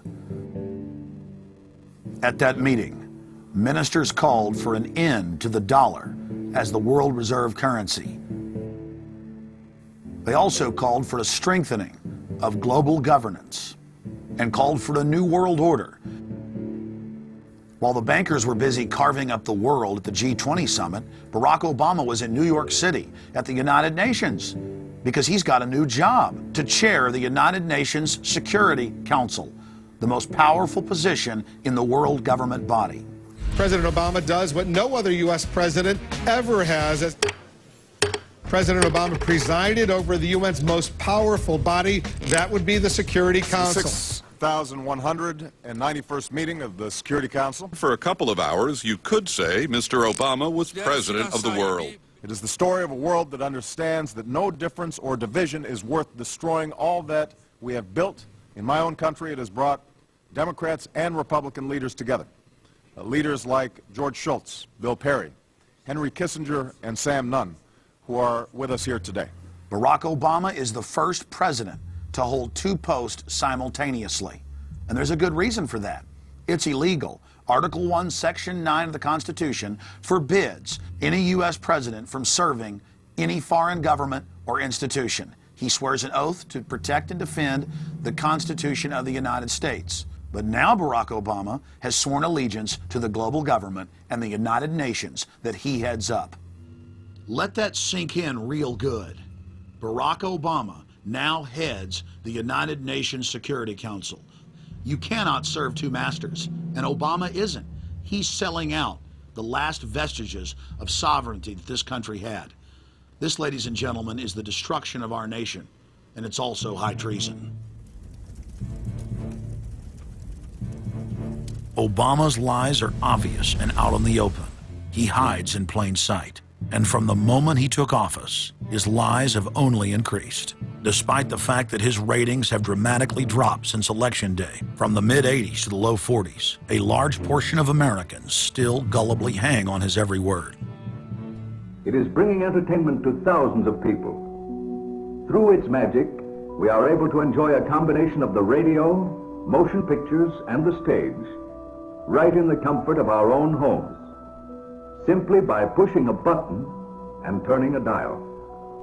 These cells with their electrical charges are scanned by a stream of electrons, completing 30 pictures a second. Compare that crude picture with these of today, and you can judge for yourself how far along the road to perfection television has traveled. Most people still today think that all entertainment to do with movies, drama, is therefore nothing more than their entertainment. It never ever was that case. Of course, television can't perform such miracles as this, yet. But perhaps there's no harm wishing that it could. The greatest social messages are promoted through movies and drama, high drama, through the fixation of emotive sequences, emotional sequences, not logical, factual sequences, but pushing points across in an emotional way which register and fix in the mind. So emotional content is very, very important, rather than going through an actual discussion or an argument using logic and facts. There's no debate. And when you're being downloaded through fiction, your guard is down, the censor part of your brain is not in action. It isn't saying, yes, I agree with this, I disagree with that, as you would in a debate or a lecture. You're actually in an alpha state, being completely downloaded with new ideas. Throughout history, social engineers have refined techniques designed to control large populations. About 100 years ago, this big organization with many branches, they wanted to rule the world basically using Britain as a nucleus of a system, an embryo, which also was going to be joined with the US under the Anglo-American establishment, wrote about the kind of culture and the changes of culture over a 100-year period that they would actually design, implement, and bring in. And H.G. Wells talked about it too. He talked about arenas. He says arenas could be put up across the world for sports, for instance. Now at that time, sports was something that children, school children were into. Adults became adults and got onto adult things.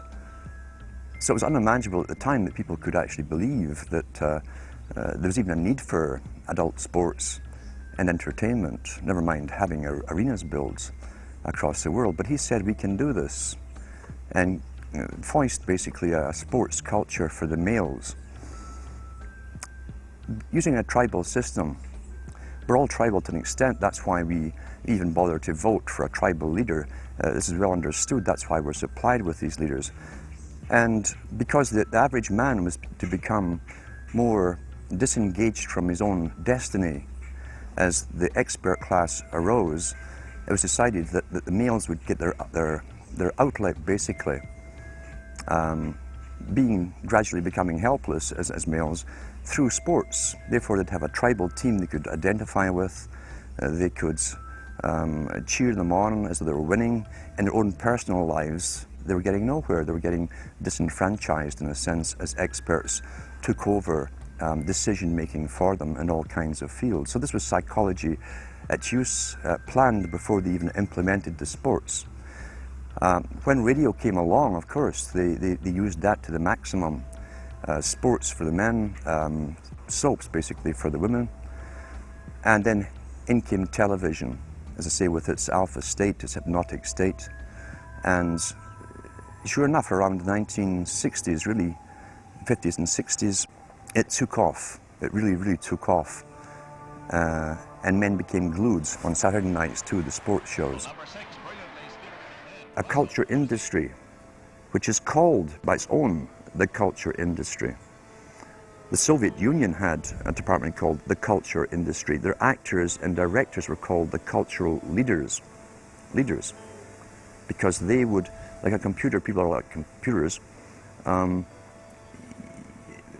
all you have to do is keep giving them new updates every so often, and you can change an entire country or a nation or a block of nations who are all getting the same upgrades at the same time along certain paths. Today we call it political correctness. Most people want to belong to their peer group. They want to be the same as everyone else when it comes to opinions. In fact, they judge their own personal sanity by bouncing ideas off their neighbors and friends who will answer back and agree on these same topics in kind. It doesn't matter if the topics or what you're given are facts or utter nonsense, as long as everyone agrees at the same time. You'll say, well, I'm sane, and your friends will all agree because they've had the same information given to them. But they've been programmed, and I'm sad because I know that it's hard for people like that to take an interest, a serious interest in world affairs, to take a serious interest in what their elected officials are doing. And they're not going to be really inclined to study or discover the deception that's being used against them. And so I'm sad because I see all of that in a flash in my mind as being an indication of how easy it is for the masses to be manipulated. The scientific dictatorship understands what makes human beings tick. They understand our psychology. They've studied it, and they're using it against us. But the minute the public awakens to the fact that there is an agenda to manipulate them, and the second the public realizes that they are being conditioned and controlled, the establishment begins to lose that edge they've got over people. So all I ask viewers to do is to think for themselves and to study public relations, to study advertising, to study propaganda, and to realize how much of it is out there in their daily lives. And then make the decision for yourself. I just want people to think on their own and to not have their decisions and their thoughts and their ideas pre-packaged and basically downloaded into them. If it's on TV and a famous face says something, then it must be true. He doesn't have to show you facts or anything else. You've been brought up with these faces. That's why they keep these guys on television into their 70s and 80s. You've grown up with this father figure who's on television every night at 6 o'clock. In your house, in your room, staring right at you, and he's a father figure. Would he tell you a lie? So you naturally never suspect him. And this same man will lead you through new topics. He'll introduce experts on the topics. They'll have a little summary at the end of every talk, and you are now left with the conclusion that's presented to you. You don't arrive at it, it's given to you, and it's good enough for you. When I was growing up, people were talking on their front porches, neighbors were playing baseball, there were nightly barbecues. You don't see that anymore. We've lost our communities. You drive through neighborhoods, you see the blue glow of television sets. We're losing our humanity. So if you want to rebel against the globalists, the social engineers, start by turning the TV off a few hours a day and actually getting to know your neighbors, getting outside that comfort zone, expanding your horizons. By coming together as communities, by getting to know our neighbors, we defeat the social engineers. We're programmed today perfectly just like machines.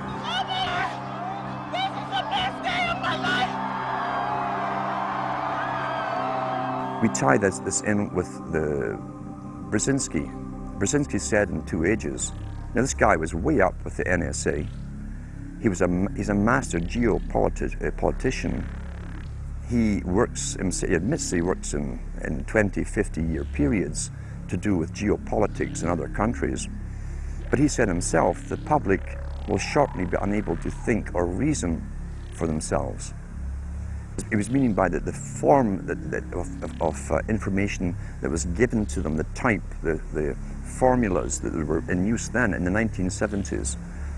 He says, eventually they'll be unable to think or reason for themselves. And eventually, he said, they will expect the media to do all their thinking and reasoning for them. Well, that's happened today. That's why people today can't think outside of the programming from television. Zbigniew Brzezinski, Obama's main foreign policy advisor, talks about how a cult of personality can be artificially manufactured to influence the masses. In the first months of my administration, to pull our economy... Oh, goodness. Sorry about that, guys. To pull our economy back from the brink, including the largest and most sweeping economic recovery plan in our nation's history. We're gullible, but we're also willingly gullible. We want a human being, a big daddy, to come along and make everything right for us. And as long as we believe that, we'll always basically get shafted. In addition to John, sorry, I just noticed that I jumped the gun here. Go ahead and move it up. I'd already introduced all you guys. It's the presidential reality show. But when it became an Oprah production, it became slick. You don't have a president, you have an actor. They say that politics is show business for ugly people. You got it. What am I going to tell the president when I tell him his teleprompter is broken? What will he do then? It's Obama's role to front for the international banking syndicate and to take all the heat for their unpopular agenda. It's his job to convince the American people that the buck actually stops at the White House. In Brzezinski's book, Between Two Ages, is that eventually we shall put presidents in who will have personality cults. We shall create massive personality cults for these people through the same techniques as Hollywood has used. Obama is that man today. The globalists, who know that Obama is going to promote their plan, want to make him such a superhero that nobody will question what he's doing. They'll be so preoccupied with who he is, or where he is, or what he's saying, or what he's wearing, or something like that. The idea of making him into a celebrity is very valuable because that way people are less inclined to ask, what is he doing? So that's very useful to these people. Similar plans of social control have been continuously carried out by operatives of the Ford Foundation, who Obama has worked for over the last 30 years. Many of the strategies used to control populations were originally developed by Edward Bernays, who coined the phrase public relations. Bernays said that if you manufacture an authoritative figure who repeats the same messages over and over, that this will appeal to the masses' subconscious desires. Yes, we can. The unwashed masses will helplessly follow the leader and go along with any message they spout. Yes, we can. Yes, we can. We shall overcome. Yes, we can. we will respond with that timeless creed that sums up the spirit of a people. Yes, we can. Thank you. Today, these exact techniques are being used with devastating effect against the general population. Obama is the latest version of 21st century mass mind control. The psych warfare engineers are counting on Obama to finish the plan they began decades ago. Beyond their plans to devastate the economy for global consolidation, a new international framework of draconian law is being constructed to establish a system of neo-feudalistic serfdom. Remember, it was Bill Clinton who gave us NAFTA. And it was Al Gore, the hero of the environmental movement, who was the hatchet man for the Clinton administration to cram NAFTA down the throats of a reluctant Congress. Now, this is a good deal for our country, Larry, and let me explain why. Al Gore, who carried the ball for NAFTA and GATT, is now one of the top standard bearers for the elite's agenda. I didn't interrupt you. Okay, now, guys. Now maybe it just... Is this... NAFTA. Why? Huge numbers of manufacturing jobs left Canada, came into the United States because of a 15% wage differential. We pay our workers less in Canada. Now, when you've got a 7-to-1 wage differential between the United States and Mexico, you will hear the giant sucking sound. No, there's a political lesson, there's a business lesson. Sorry. He serves as the front man for the carbon tax cap and trade scheme, which will not only increase taxes on every American, but will also transfer our national sovereignty and rights to a tyrannical world government, all in the name of saving the earth. Is the legislation that we are discussing here today, is that something that you are going to personally benefit from? If you believe that the reason I have been working on this issue for 30 years is because of greed, you don't know me. I've been willing to put my money where my mouth is. Do you think there's something wrong with being active in business in this country? I am simply asking for clarification. I'm proud of the it. Relationship. I'm proud of it. My name's Dr. Tim Ball. I'm a climatologist. I have a PhD in climatology from the Queen Mary College, the University of London, England. And I've been studying climate both with my 9 years in the Canadian Air Force, where it was essential to flying, and then after that at the university. So it's essentially been the whole theme of my career. Initially we're called climate skeptics. I said, but all scientists are skeptics. If you're not a skeptic, you're not a scientist. And then when that didn't work, then they came out with the charge that we were climate change deniers. And I remember when I was first called a denier, and it was in the Times of London and England, and of course the word denier was clearly deliberately chosen because of the Holocaust connotations of that term. So it was not only a charge that you were ignoring the truth, but you were doing it in a very evil way. And of course, I laugh about that now because my whole career has been anything but a climate change denier. I've spent my career trying to educate people to how much climate changes naturally.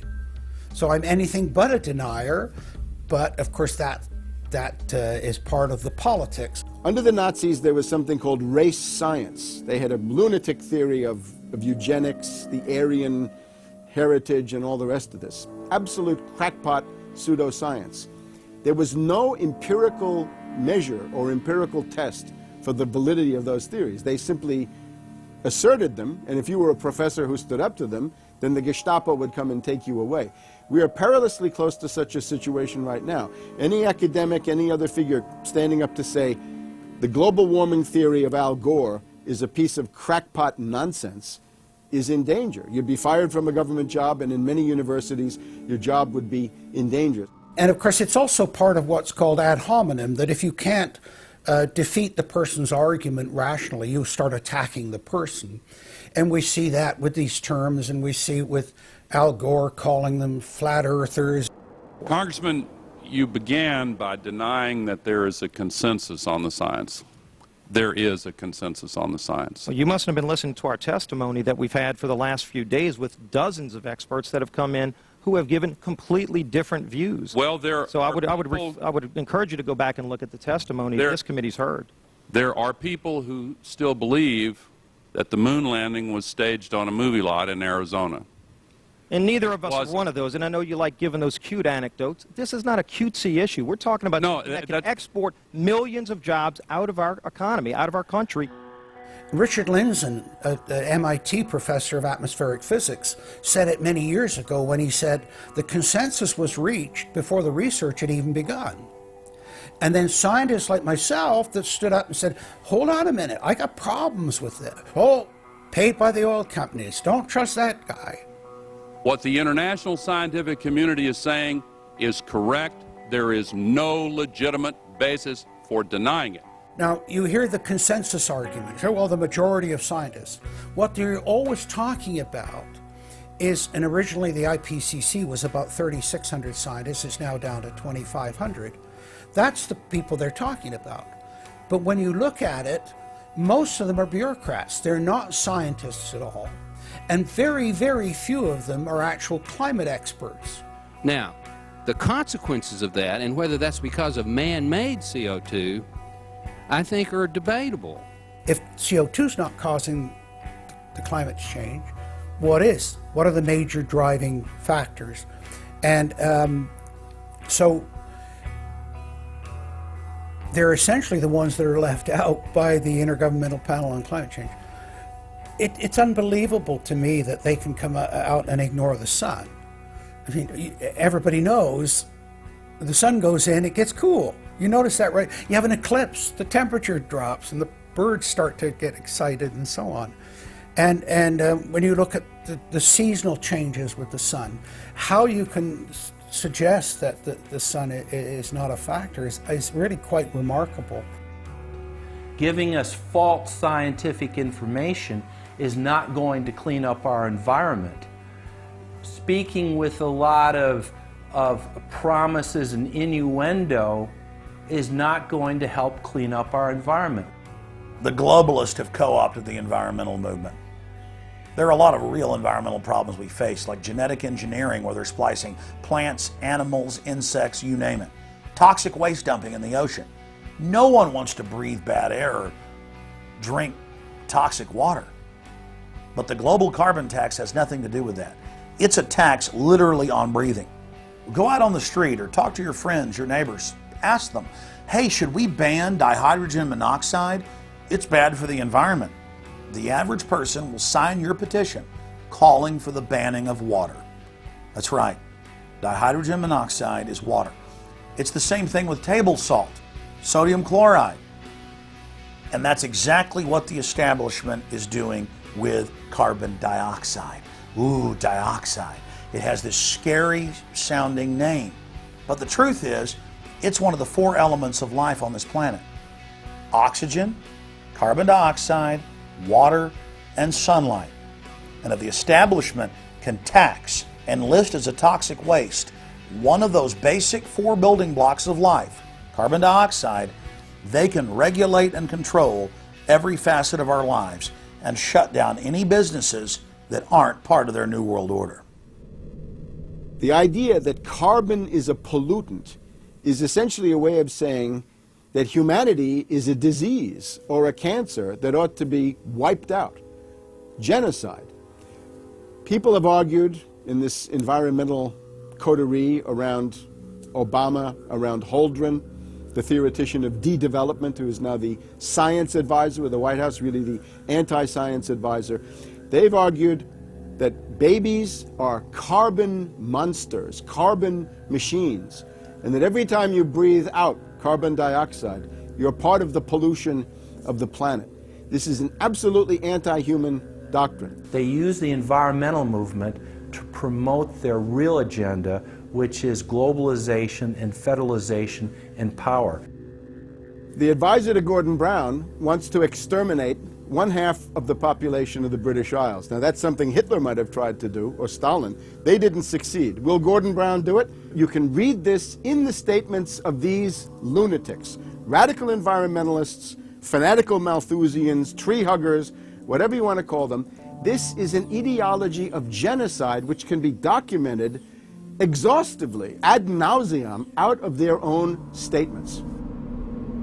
When Gore said the science is settled, that raised red flags amongst the media, and then also amongst a lot of other people that sort of knew that that wasn't true, other scientists, and started to look at it. And of course, the more they looked at it, the more they realized, no, science is never settled. What is coming down now is environmentalism is nothing but phony science. Nothing but phony science. And if we really believe in the environment, if we really believe in freedom, if we really believe in truth, we need to get some straight answers. Now, the Kyoto Agreement, of course, was reached in the city of Kyoto.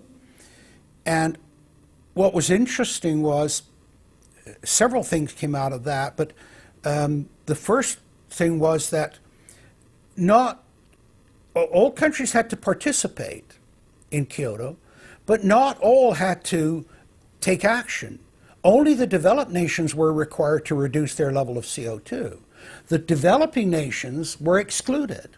Now, of course, at that time, China was, and in some ways you can argue it still is, a developing nation. So it wasn't required to meet any targets under Kyoto, nor was India. The U.S., of course, held out. And what's interesting is that the U.S. Senate voted 95-0 against the Kyoto Accord, even though Al Gore was the vice president at the time. And lucky for him, he didn't have to cast a deciding vote. But so it was 95-0 against it, because the U.S. Senate saw, no, this is a socialist distribution of wealth. This is going to cost jobs and economy, and so they scrapped it completely. We're now told that you have to buy carbon offsets. In other words, if you have sinned by having a carbon footprint and by carbon emissions, you've got to buy a carbon offset, which is usually a scam. Somebody claims to have planted an acre of grass in the third world. It never happened. They take your money and laugh all the way to the bank. But they're telling you that in order to cleanse your guilt, you've got to buy a carbon offset. Talk about carbon polluters. You talk about them. It's my understanding that back in 1997, when you were vice president, Enron's CEO, Ken Lay, was involved in discussions with you at the White House about helping develop this type of policy, this trading scheme. And is that accurate? Is it inaccurate? It's been reported. I don't know, but I met with Ken Lay, as lots of people did, before anybody knew that he was a crook. Right, and clearly you can see why so many of us are concerned about this type of cap-and-trade energy tax that would be literally turning over this country's energy economy. I didn't know him well enough to call him Kenny Boy. Well, but you knew him well enough to help devise this trading scheme, and obviously we know what Enron and these big guys on Wall Street like Goldman Sachs, and I know you've got interest with Goldman Sachs. No. Well, that's been reported. Is that not accurate? No, I wish I did. With executives you're partnered in companies with executives from Goldman Sachs. Well, if you're not. Al Gore has got to be the greatest con artist in modern history. This guy claims he invented the internet, even though it's on record he's a liar, and he got away with it.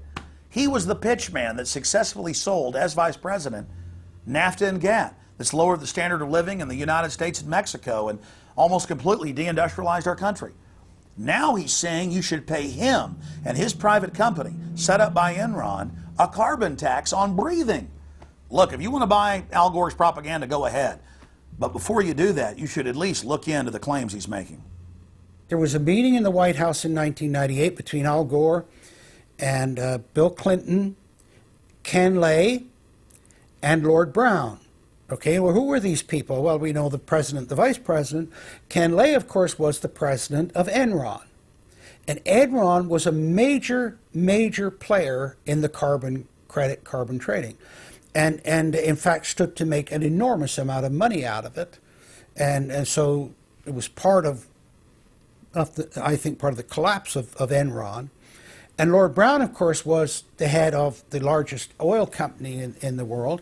And they were looking to buy into this, as is happening now, where the energy companies are becoming the big promoters of, oh, we got to go green, we got to go to alternate energies, and all of this this stuff. They saw a business opportunity and leapt onto it, and one that would make them look green again. When it came time for the 1,200-plus page greenhouse gas emission and carbon legislation to be voted on, the Speaker of the House, Nancy Pelosi, would not let the Republicans, or even members of her own party, see the bill until minutes before the vote. Republican Minority Leader John Boehner engaged in a rare House filibuster and read shocking section after shocking section from the legislation.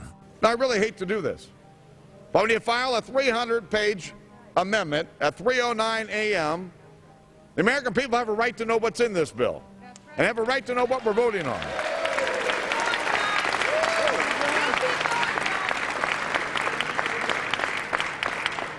Page 48.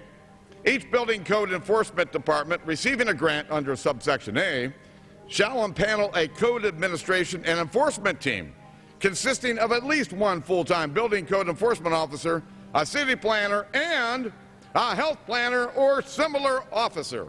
I can take you to Chickasaw, Mercer County in my district. They don't have one full-time person that works for the village, all right, not one. Look at the mandate on every city, village in America right here in this bill. So that we're not only going to tell you what the codes are going to be, but we're going to tell you how many people you need to hire to enforce this. Page 41, determine any geographic area within the contiguous United States that lacks a federal power marketing agency. Because, you know, we can't move power around the country without a federal power marketing agency. We do it today, but now we have to have a new government agency to do this. All California housing standards are now going to be imposed on every American community. You don't have the right to have your own building standards in your community or in your state. Hell no, the federal government's going to tell you what they are. It quickly became clear why Pelosi and the Democratic leadership were desperate to keep the contents of the bill secret before the vote. Now, because of this underlying bill, the federal government will virtually have control over every aspect of lives for the American people. It is time to stand up and say, we get to choose. We choose liberty or we choose tyranny. It's one of the two. The underlying bill represents the tyranny and the intervention of the federal government. It's our choice. What will we choose today? Will we choose liberty or will we choose tyranny? And I know that we'll be facing the single moms that heard from last summer. They can't afford the gasoline bill. They can't afford the propane. You didn't do a great thing. You hurt some really decent families struggling, trying to make it, and this is going to be their death knell. It breaks my heart. I yield back. It is, of course, a carbon tax on economic activity, farming, manufacturing, real production here inside the United States. It would tend to shut down even those miserable remains of an industrial economy that we still have after the collapse of the Detroit automakers and their related subcontractors and so forth. Every home and business in the United States would be federally regulated and controlled. Mandatory home inspections will be carried out by federal inspectors, and it's all at the expense of the homeowner. In New York, they're called the environmental police. On this day, a surprise visit to a market in Brooklyn's Chinatown. And every day you're not in compliance, you face huge fines. Go to page 235. The Secretary may set and collect reasonable inspection fees to cover the cost of inspections required. So number one, they can come in, the federal government can come in and inspect your house and send you the bill. And if they find that you're out of compliance with this new federal code, the Secretary shall assess a civil penalty for violations of this section. And then further, going to page 236, each day of unlawful occupancy shall be considered a separate violation. We're setting up a global warming Gestapo that can literally come in, and now this new term, unlawful occupancy. So now living in your home is considered unlawful under this bill. This is ludicrous. Worst of all, carbon czars in more than 35 federal agencies are given unlimited dictatorial power to tax all forms of carbon and carbon emissions. The Commissar Green Police openly brag that they will have the power to selectively enforce the new edicts on a case-by-case basis. It's funny because when I tell people what I do for a living, the first response usually is, "You're with the environmental police?" There is no environment in New York City. With this new power, the green mafia can take over the entire economy through selective enforcement. We know, Madam Speaker, that this national energy tax will cost the American people $2 trillion. We know that. We know this will result in a loss of 2.5 million jobs every year for the American people. We know that. We know this will result in a reduced standard of living for Americans. We know that.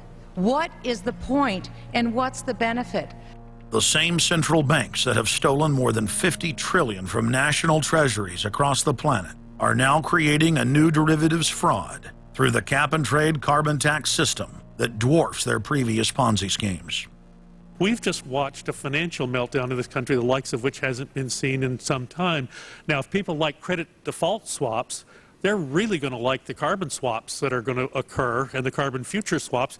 We spent a full day in this committee last summer talking about the manipulation of the energy futures market in oil. We're going to create, I fear, another such system that people who have an inclination to react dishonestly to systems are going to actually have a new opportunity. Is that not a problem? A select group of central banks are lobbying for the same legislation to be passed worldwide. Once the so-called green economy laws are in place, only global megacorporations and their subsidiaries will be allowed to do business. Van Jones, Barack Obama's first green job czar, has stated repeatedly on the record that the new green economy is only a cover for a complete revolution against capitalism and the total redistribution of wealth. But what Van Jones doesn't tell his sad followers is that the elite are bragging that the modern green movement was designed from its creation to destroy the middle class and transfer all wealth into the hands of a super elite. They're not doing this to uplift the poor. No, the goal is to enslave the planet and usher in a new dark age. Every nation on Earth is in the process of, or has already passed, its own set of carbon tax laws and regulations. If their plan is successful, every nation on Earth will not only pay tribute to the powerful world government, but every facet of human life will be regulated by the technocratic global planners. Under the carbon tax scheme, China, India, Mexico, and over 150 other nations are exempt from the global tax system. You see, the bankers already own and control the third world. Their final target is the middle class of the West. Once they've dismantled the economies of the United States, Europe, and Japan, they believe no one can stand in their way. In short, the New World Order is a global corporate takeover. In their global corporate state, there is no room for individuality, sovereignty, or independence. As their program begins to face more and more opposition, lawmakers and supporters of the man-made global warming hypothesis want laws to be passed, making it illegal to question their theories. Recently, the head of Greenpeace was forced to admit that the Arctic and Antarctic ice caps grow in the winter and shrink in the summer, and that this is all part of a natural process driven by the tilt of the Earth and the sun. The cosmic radiation coming from space, the amount reaching the Earth is affected by the strength of the sun's magnetic field. So the magnetic field of the sun is almost like a gateway controlling the cosmic radiation reaching the Earth. The magnetic strength of the sun is also related to the number of sunspots. So they are directly related to changes within the inner structure of the sun. The amount of cosmic radiation reaching the lower atmosphere creates more cloud, right? And cloud forms, you need to have what are called condensation nuclei. That is, little particles around which water can change from water vapor or gas into water droplets, minute particles that are visible in the form of clouds. We've known for a long time that there was more cloud than the amount of particles in the atmosphere, because we assumed it was clay particles and salt particles that were creating this condensation process, but there was this gap. We now realize, of course, it's the cosmic radiation that's doing it. So what the cosmic radiation is doing, controlled by the magnetic field of the sun, is it's like putting up a screen in the greenhouse and blocking out the sunlight. And of course, that then affects the temperature of the Earth. That's why there's a relationship between the sunspots and the temperature on the Earth. So we now know the mechanism, but they completely ignore that.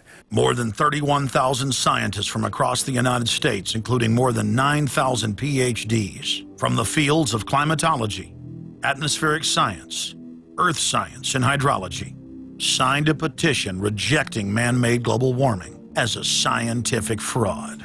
This shattered the hoax of the so-called consensus that the mainstream media had been pushing for years, that every scientist on Earth believed that man-made global warming was a fact.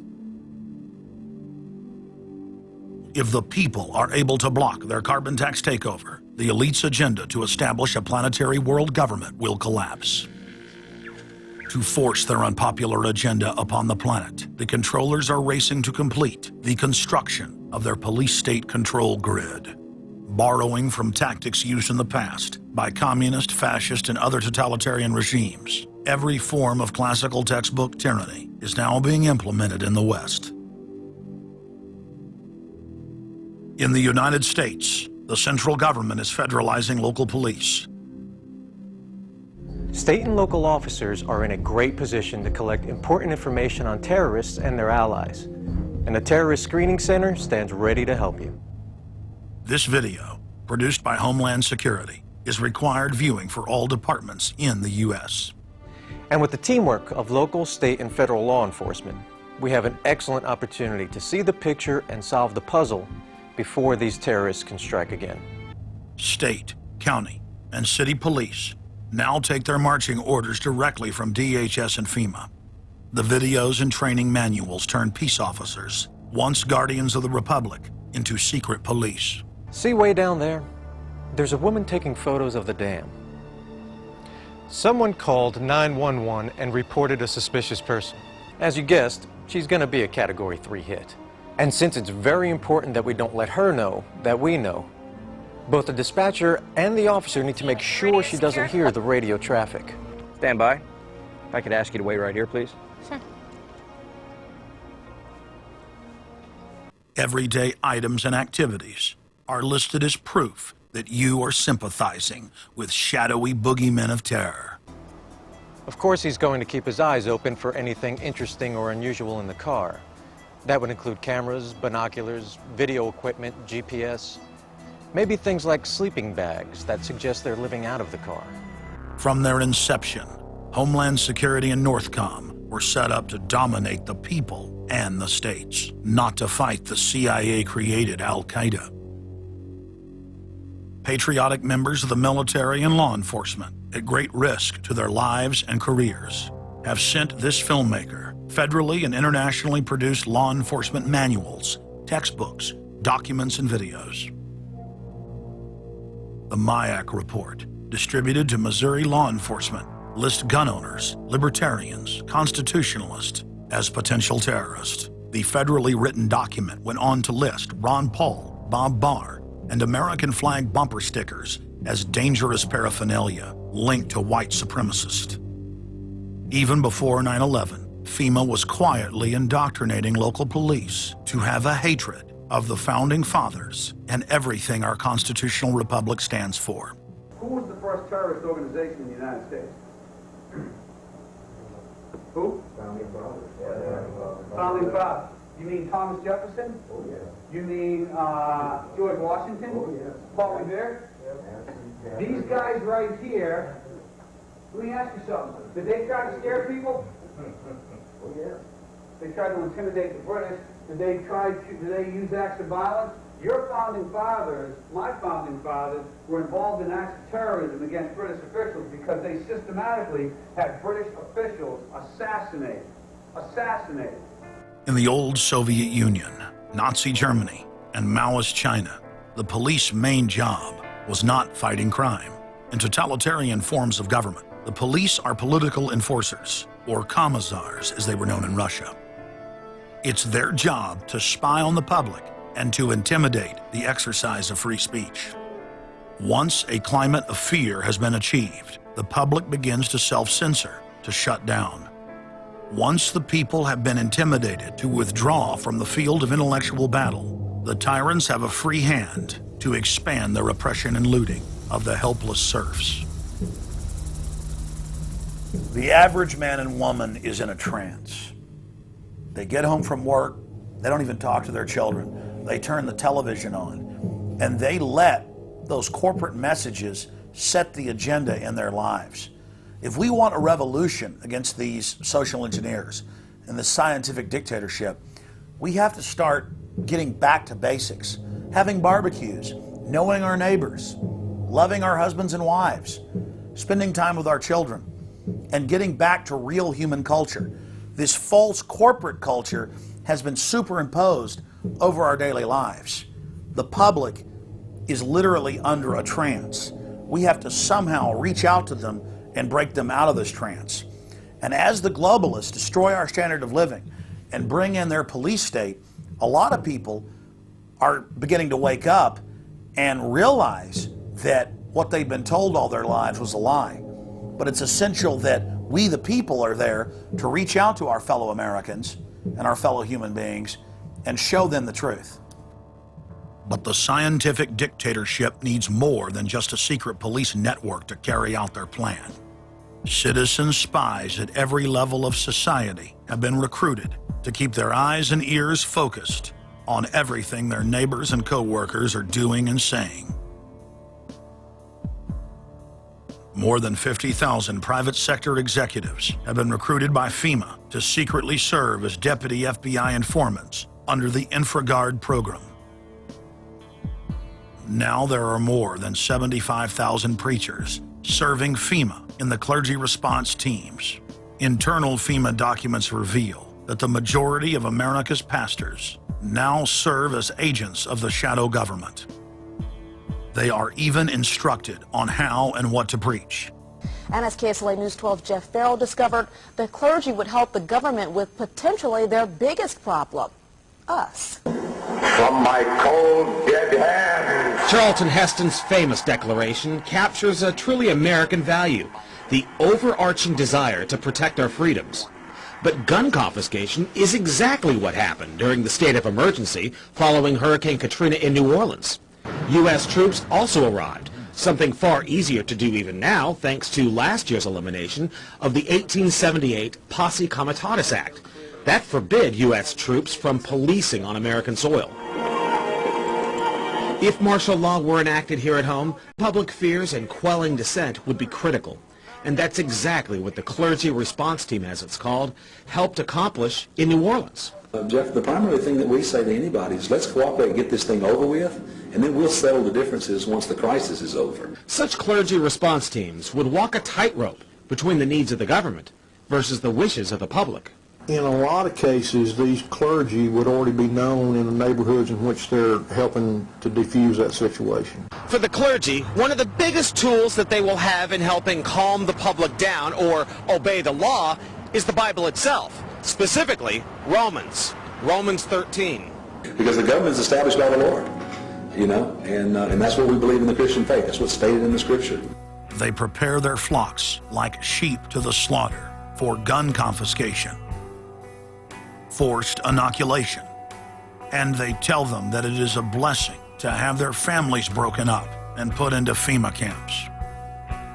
Irland, Frankreich, Portugal, Spanien, die Schweiz, Liechtenstein, Luxembourg, Polen, Ungarn, Romania. Adolf Hitler bragged that his most powerful domestic tool, used by the Nazis to control the people, was the servile clergy.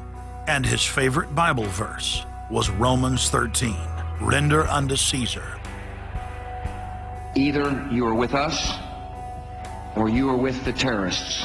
The scam was launched as a simple bait and switch. The government recruited the public by telling them that they were needed in the fight against Al-Qaeda. But from day one, over 90% of their training and operations focus on demonizing, surveilling, and harassing anyone who stands against their takeover. The Department of Homeland Security calling on firefighters to take on a new role in the war on terror. The idea to be the eyes for the U.S. government when they're inside a home. Now, unlike police officers, firefighters don't need a warrant to go into private houses. And critics say that's where things get sticky. Cable company repairmen, truck drivers, maid services, and hundreds of other professions that go inside homes and businesses without warrants are now on the government's payroll as citizen snitch spies. But Big Brother doesn't stop there. Children are being indoctrinated inside the public schools nationwide to spy on their parents. You can give information without having to give your name. You guys can get paid for good tips up to $200. The New York Times praised public school programs in the United States and England that are training children to report their parents for eco-crimes, like taking a hot bath or letting the water run while you brush your teeth. All of that violates their carbon footprint credit allotment.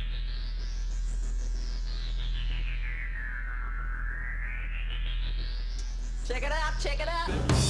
And that's where we come in. We're the carbon cops and we're on the lookout for energy wasters. Our job is to get all Australian households to cut their carbon emissions. So Carbon Cops is a program that looked at energy use in a domestic sense. We went into people's houses and got them to reduce their energy use by 50%. Sadly, the Boy Scouts of America have now contracted with the Department of Homeland Security and are now training more than 20,000 Boy Scouts in anti-terror urban warfare mount training. The federal grants are very specific. The Scouts are trained to carry out seek and destroy missions against disgruntled veterans of the U.S. Armed Forces. Good evening, everyone. Homeland Security is enlisting some unlikely new recruits to fight terrorism and help with other emergencies. The Girl Scouts. Girl Scouts across the country and here in East Tennessee are now taking part. 9-year-old Elise Murphy has already earned a lot of Girl Scout patches. And now, every member of the 3.4 million Girl Scouts of America is now being trained by the Federal Emergency Management Agency to aid and support Homeland Security in disaster and anti-terror operations. One of the things that if you talk to our generals, they are desperate for is a civilian counterpart to our military forces. Everybody somewhere between the ages of 18 and 25 will serve 3 months of basic training and understanding in a kind of civil defense. So is this compulsory then? Well, you have to, in a sense, it's required of everybody, 18 to 25, 3 months, and at some point at that point you do it. Creating citizen armies in one way is, it's disgusting, because what you do is you get young kids and you can mold their minds easily. And we saw them chanting and crying, and they'll follow any leader, whether it's in a black shirt, a brown shirt, a red shirt, whatever the shirt might be. Another branch of Homeland Security, the Corporation for National and Community Service, is setting up literally hundreds of other private uniformed youth groups. The White House has introduced legislation to establish forced national service for all Americans between the ages of 16 and 64. In 2008, the North American Military Governorship, known as NORTHCOM, announced that they had deployed 4,000 regular Army troops inside the United States to deal with civil unrest because they knew that their offshore masters were about to rob the United States blind. In 2009, the Pentagon requested funding from Congress to deploy 379,000 military personnel in thousands of communities across the United States. And now, legislation has been introduced in Congress to expand a system of FEMA concentration camps across the United States under the National Emergency Centers Act, H.R. 645. The Republic is hanging by a thread. The last vestiges of our free system of government are being swept away. You know, you got time to watch baseball, you got time to watch football, you got time to entertain yourself, but I think a knowledgeable public we're losing, and we've got to get people back on track to paying attention, because if you don't pay attention to your government and what they're doing, you're going to pay some dire consequences for it. Unless we become active and become influential in the power centers of society, there's nothing we can do about it. Just knowing about it is not enough. And as long as we are given at election time an option between the Republican candidate or the Democrat candidate, both of whom have been selected by members of the Council on Foreign Relations and both of whom have the same general policies, that's not going to change anything either. So the real issue is, so what? And the answer is we've got to recapture control of the power centers of society. The people have a decision to make. Our nation has been seized in the jaws of a global corporate takeover. The republic is passing into history. We're losing our freedoms. And it's up to every man, woman, and child in the United States to decide whether we're going to be fooled by the slick propaganda of the social engineers or whether we're going to restore the republic. The values expressed by our founding fathers and the Declaration of Independence and other documents are very important to these times, and it's now our chance to manifest those documents. Now is the time for all good men to come to the aid of their country, because the country is being stolen from us in broad daylight. Not only stolen metaphorically, but financially as well. The numbers don't lie. The American people, having been educated as to the truth, then have to rise up and demand and get a government that starts serving them. We need a change, and it isn't going to come from Democrats and Republicans. It has to come from the American people. Dissension is the greatest form of patriotism, and I believe that. Because if you don't hold your elected officials' feet to the fire and pay attention, you are going to get bad government. So it's imperative for all of us. It's our job as citizens of this great country to pay attention. This is our last chance to not relive history. Hundreds of nations have fallen to tyranny in the last century alone. America is a prize coveted by the despotic megacorporations that now dominate our planet. If their world government is truly to rise, freedom and the republic for which it stands must fall. Now is the time for all good men and women to come to the aid of their country. One of the greatest events in history is taking place before our very eyes.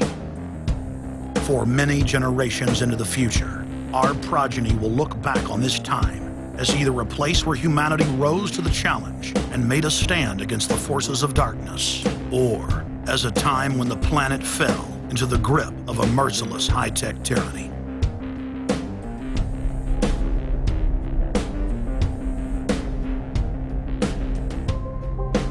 In Part 2 of Fall of the Republic, you will learn the elite's master plan for humanity. But more importantly, you will learn how to stop that plan, reverse the criminal tide, and reignite the flame of liberty on the long march to man's ultimate destiny.